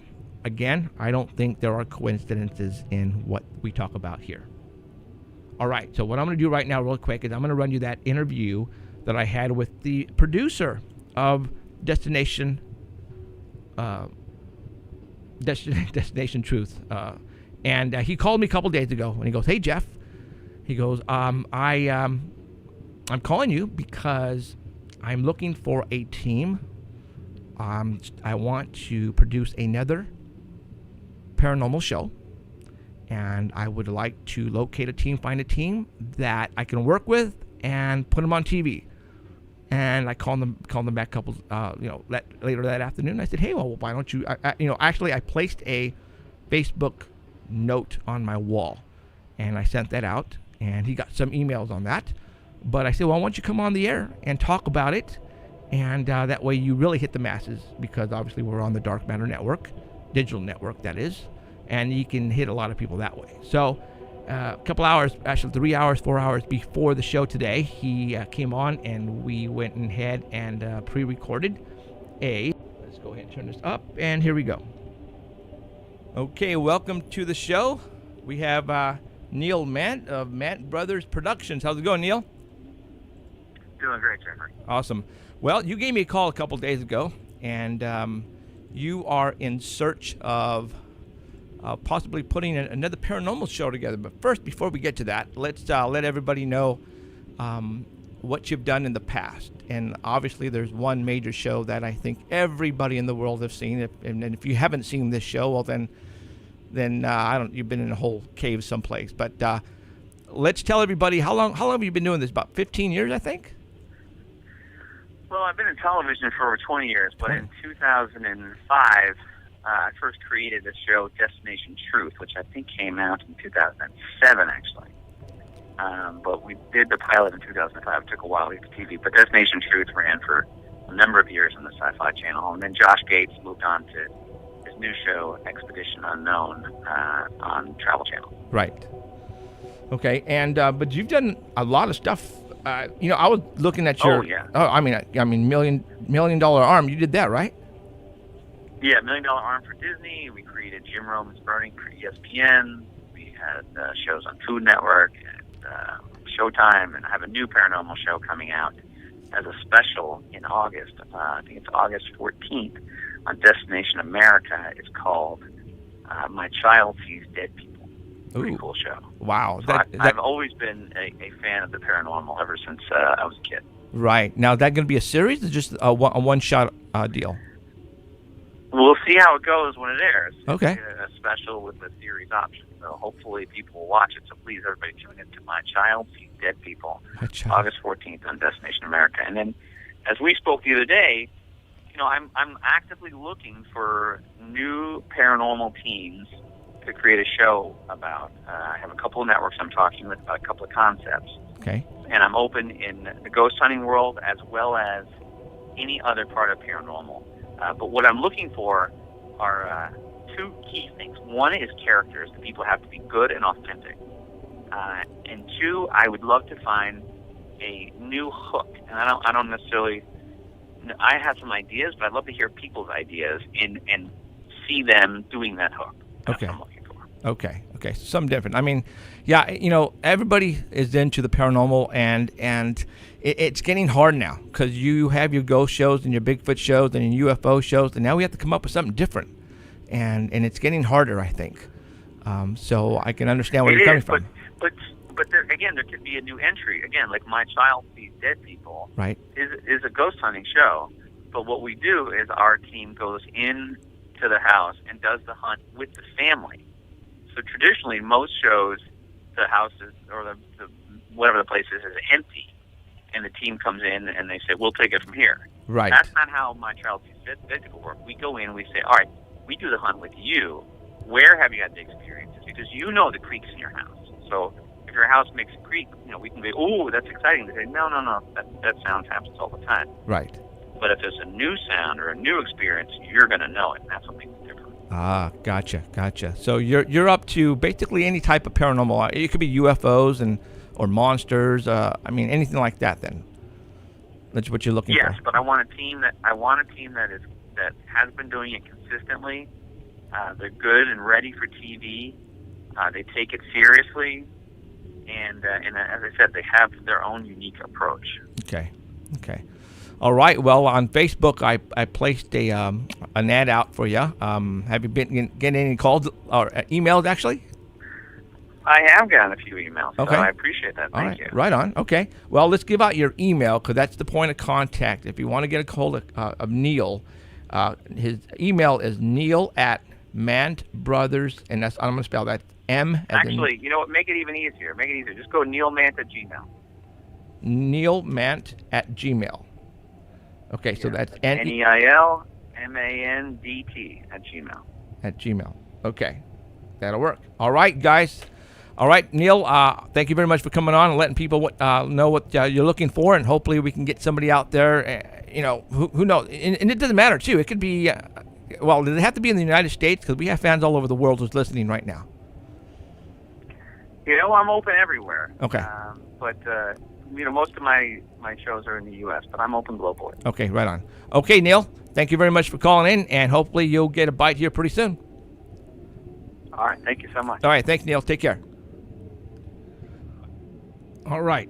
Again, that was just a really quick interview with Neil to get the word out that he's trying to find a new show to put on the TV. I think he's already talking to a couple of networks. He told me he couldn't tell me which ones, which is fine, but hopefully he'll get a bite here pretty soon. And if you want to be a star, his email is neilmand. It's MANDT@gmail.com. All right, let's go ahead and get back into it. We have a lot of people listening right now on the Dark Matter Digital Network. I want to say welcome all of you who are listening wherever you may be. It is a very special night tonight at 9:00 p.m. Pacific. You guys all know the reason you're here is Art Bell is coming on to do a test run tonight for the first time in 2 years since he's been on. So I want to welcome you. My name is Jeffrey Gonzalez. I am the host of a show called Paranormal Central, and we've been doing the show here on the Dark Matter Network now going on 2 years, and we broadcast from 6:00 p.m. to 9:00 p.m. Pacific. So I hope within the next half hour while you're listening, I hope you enjoy it. We've been on 6 o'clock. If you want, you can go back and listen to the archive at the Dark Matter Digital Network. Keith has been kind enough to be archiving our shows. And we had David Paulides, and we also had Keith on the first hour, first 20, 30 minutes, actually talking about art and everything. So we had a really good show today. And again, if you want to go back and listen to all of our archives, you can go to the YouTube channel at Paranormal Central. Just search that in YouTube, and you can find us. So let me continue on here because we got about 25 minutes left until Art Bell comes back. Can't wait for that. All right, let's continue talking about this coming September. Wow. CERN. People say they've been activating CERN, or they're going to activate CERN to open up a portal, a wormhole. Are they trying to let something in? Something evil? That is one of the theories out there, that they are trying to open up a portal and evil is going to come in, and that's what they're doing. God, I hope not. I really hope not. Is that the case? I don't know. But what I'm doing is I'm giving you guys the heads up of what I've been hearing on the internet and in my sources. Okay, so it might sound absolutely ridiculous, and it does, but this is what we talk about. This stuff about it's ridiculous that you can get monsters. We talk about monsters here, guys. All right, Paranormal Central. We talk about everything: conspiracy theories, monsters, Bigfoot, UFOs, ghosts, fairies. And we talk about gnomes. We talk about all that great stuff here. And don't let this scare you, but we talk about religion. Why? Because in the Bible, they actually talk about UFOs. They talk about Nephilim, giants. They talk about all that stuff. So we incorporate all that here. All right? A lot of people don't do that, but we do here. Okay? So let's continue on. You know what? I want to show you something really quick. And again, for those who are listening at the Art Bell Network, I apologize, but we show a lot of stuff on my show, and because we do live video feed, HD quality. Robert Dean, a UFO researcher, put out some UFOs that the Russians, some files that he put out, that the Russians put out. So he put out a video. And there was this one particular snapshot that I'm going to show you right now that was taken from the ISIS. Now, for all those who have been watching my show the past years, and I think this was like 3 years ago, we had a massive sighting here in Fresno, California. Robert Thorson, a avid UFO watcher, called me on my 24-hour hotline. Yes, I have a 24-hour. At that time, it was a UFO, but now it's a paranormal hotline. And he says, Jeff, go outside right now, look up at this part of the sky. You tell me what you see. And I ran outside, so did my wife. I got my binoculars, and I saw something. And we witnessed it for about 6 or 7 hours in one spot in the sky, way up in the atmosphere. I know it wasn't really low. It was way up in the atmosphere. Okay. Now, Robert Thorson, because of he's been doing this a while, he actually, he had a video camera, and the guy was able to really zoom in on it really close. Let me show you a snapshot of his video right now. Here it is. Okay, this is what was off the video. Do you see a resemblance of the, and I'm going to say UFO, unidentified flying object, because that's what it is. I'm not saying it's Martians from Mars or Uranus. It's a UFO, freaking UFO, all right? This is what we got over Fresno. And I'm not saying, when I say over Fresno, in the line of sight of the people in Fresno, because this thing was in the atmosphere. How do I know that? Because we witnessed 7 large airplanes flying underneath this.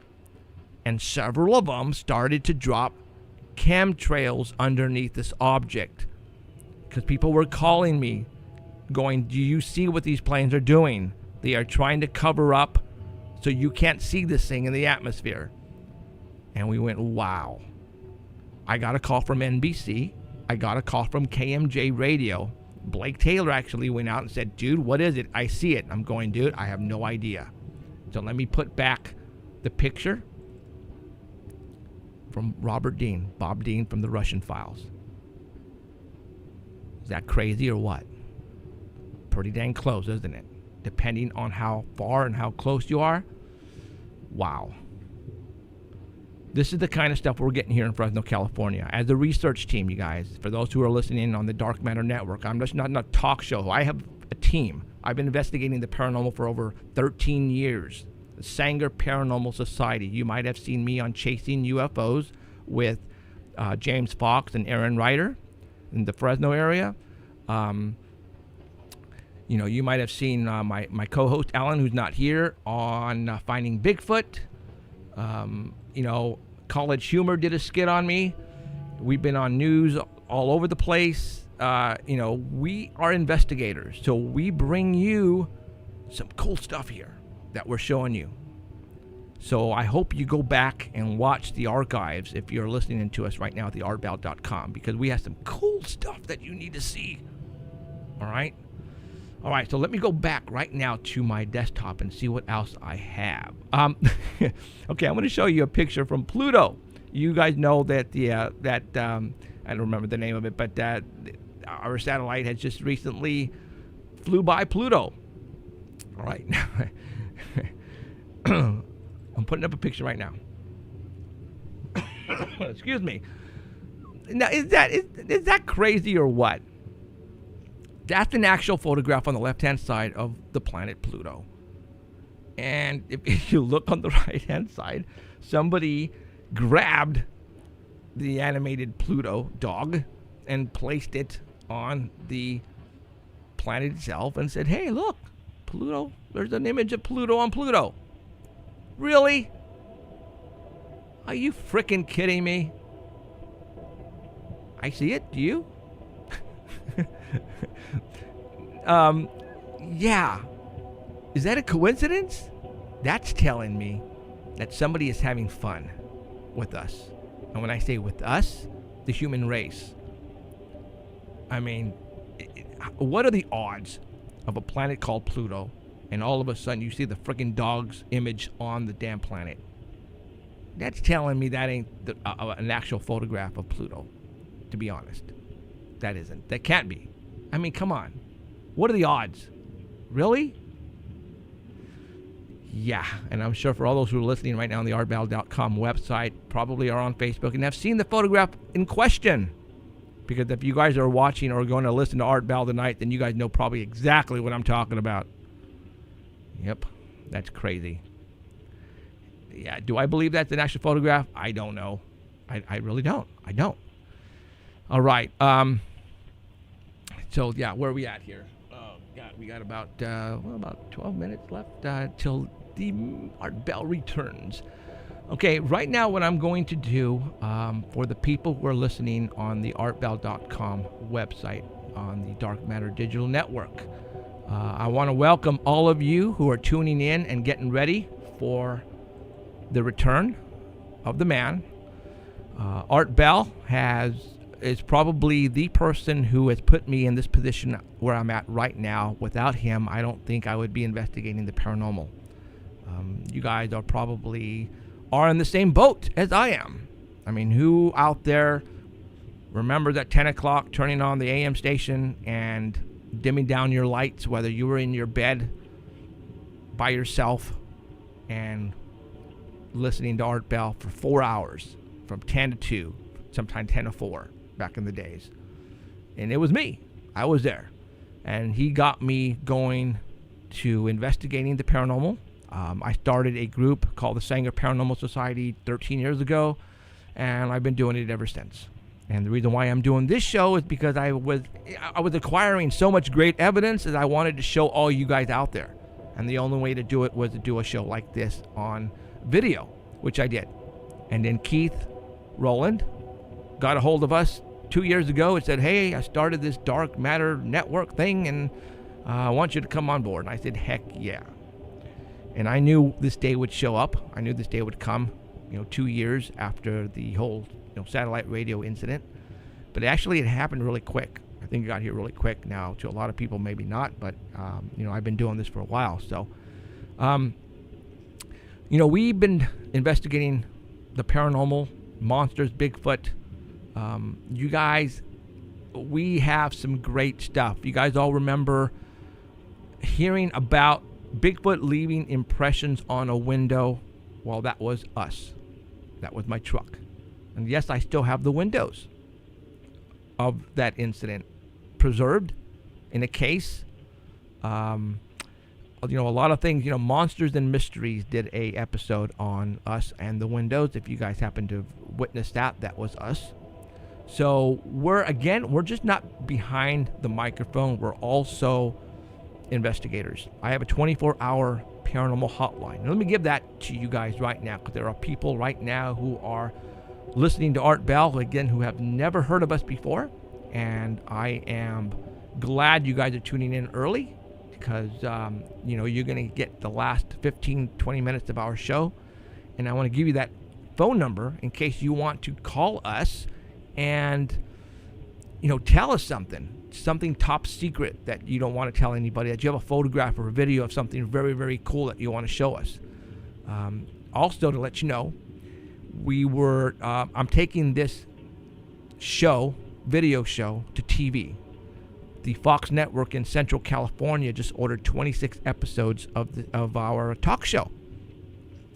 And so we are in the process of shooting, and they're going to start airing the TV talk show in September on either the Fox Network or the CW, because it's Sinclair Broadcasting owns both networks here in the Central California. So hopefully by next week I will let you know what network we're going to be on, and then eventually, like dominoes, it will take off, and hopefully you'll be able to see it nationwide. But if not, we're going to place those TV episodes on YouTube so you can visually see them yourself. We have some great stuff. It's just imagine the Jimmy Kimmel or Jimmy Fallon talk show. Just take his set, remove everything, and place paranormal props everywhere. A cool atmosphere set with a live band. I also have a live band. Really awesome live band. As a matter of fact, on our exit song called The Unexplained, it was recorded for us, specifically for this show, by the band Possessed Tranquility. You can get a lot of information on them at our website at paranormalcentral.net. And you'll be able to see the band and order their stuff on the web. The Unexplained is an awesome tune they wrote especially for us for this show. So you'll be able to see our TV show if you are in the central part of California on either the CW or the Fox Network. And eventually, again, you'll be able to see it on YouTube after that. But I'm in talks with Hollywood of getting this thing national and then worldwide. And I think it's going to happen here pretty dang soon. So I hope you guys are ready for something very new. It's not something that has been done before. It's like I said, I own the show concept. It's mine.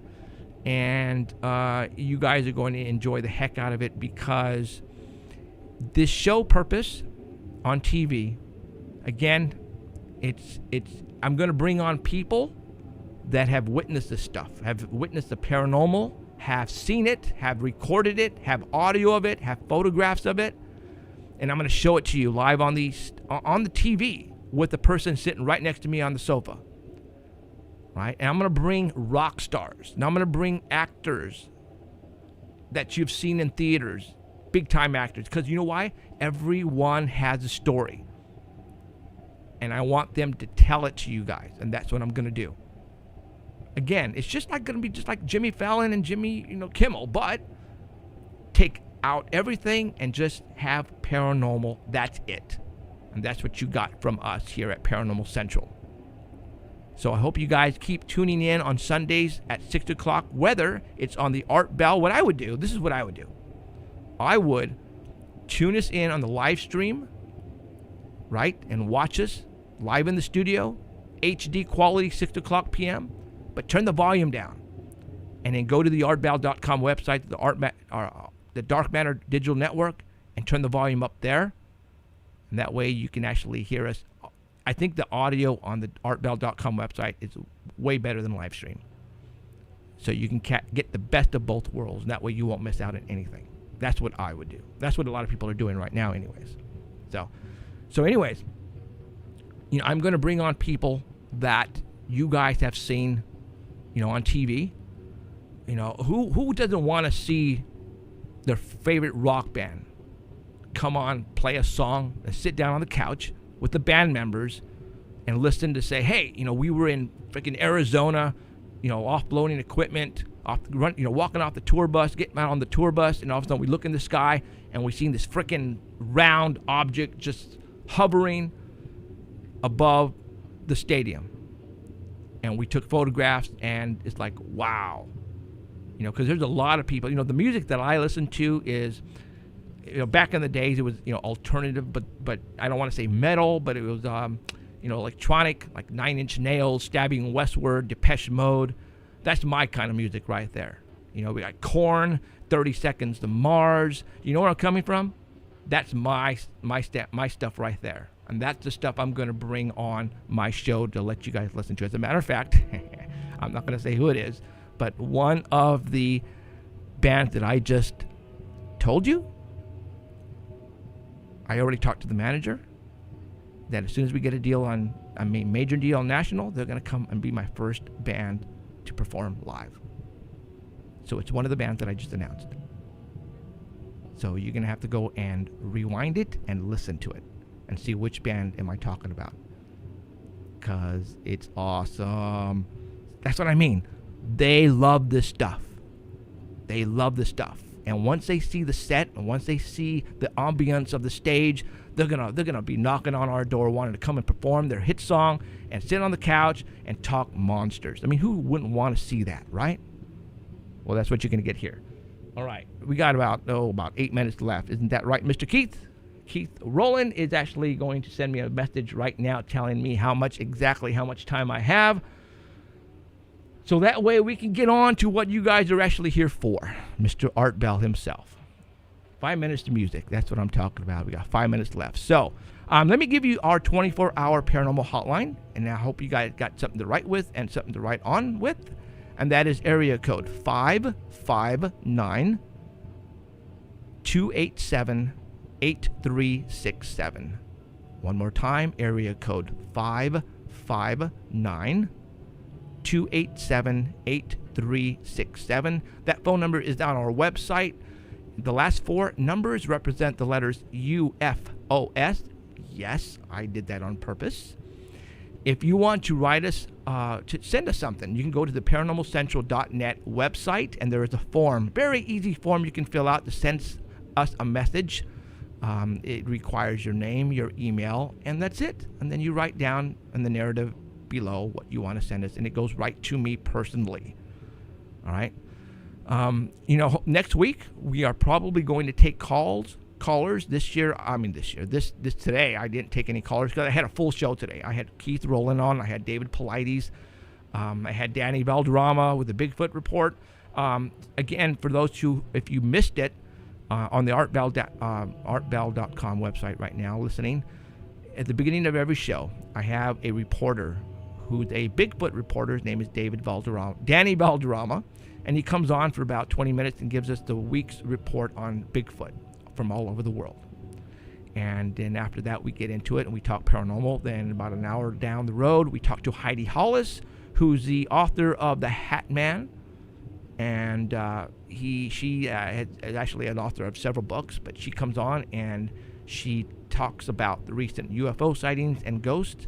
And you can actually, both reports are on the Dark Matter, artbell.com's homepage right now. You can go back and watch those and look at those pictures if you want. So, all right. So I think I pretty much just promoted the hell out of our show, and that was my intent.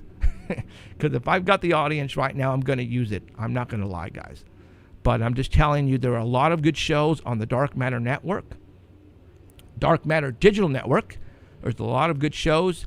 I want you guys who are listening right now to come back starting Monday, even earlier if you want. That Keith has lined up a great schedule for all you guys.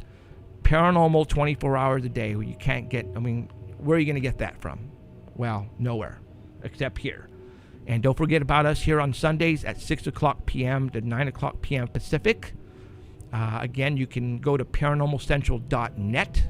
That is our website, and you can go there and view all the stuff that we have there as far as Bigfoot photos. Yeah, we actually got some photos of Bigfoot. No freaking lie.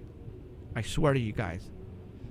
We got some great stuff there. We've been there, done that. We've been, searching the paranormal for a long time, and we have some great stuff, and we're going to keep giving you that great stuff. So, all right, we got 2 minutes left. So I want to thank everybody who's here now listening and who has been listening since 6 o'clock p.m.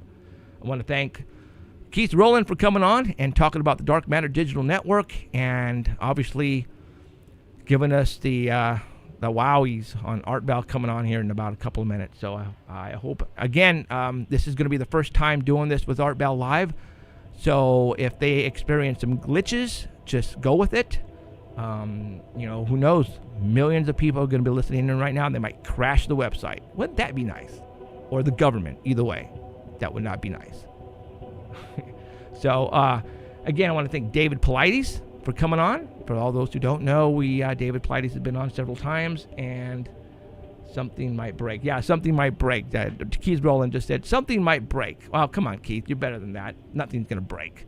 I think it's going to be the government, dude. And like you said, right now the weather is not good in Prump. So they got some lightning thunderstorms going on in Prump, so they might lose the feed because, Art is broadcasting live from Prump, and Mr. Rowland is in Arizona, I believe. So anything can happen tonight. But if it does, just keep hanging in there, and hopefully everything will turn out awesome. So, all right, we've got 30 seconds left. Again, my name is Jeffrey Gonzalez. I am the founder of a group called the Sanger Paranormal Society, with my co-host, Alan Thomas, who's not here right now because he just had surgery a couple days ago, and he's in bed, and he will be with us hopefully next week. I want to thank Danny Valderrama for the Bigfoot report, Heidi Hollis for all other reports, UFOs and ghosts and all that kind of good stuff. So, and Emerald. Forgot to say hi to Emerald if she's listening. Emerald is not with us anymore, but she will be back around December. And thank you. All right, that's it. I'm out of here. You guys stay tuned for the Art Bell Show coming up in a couple of minutes. My name is Jeffrey Gonzalez. Thank you.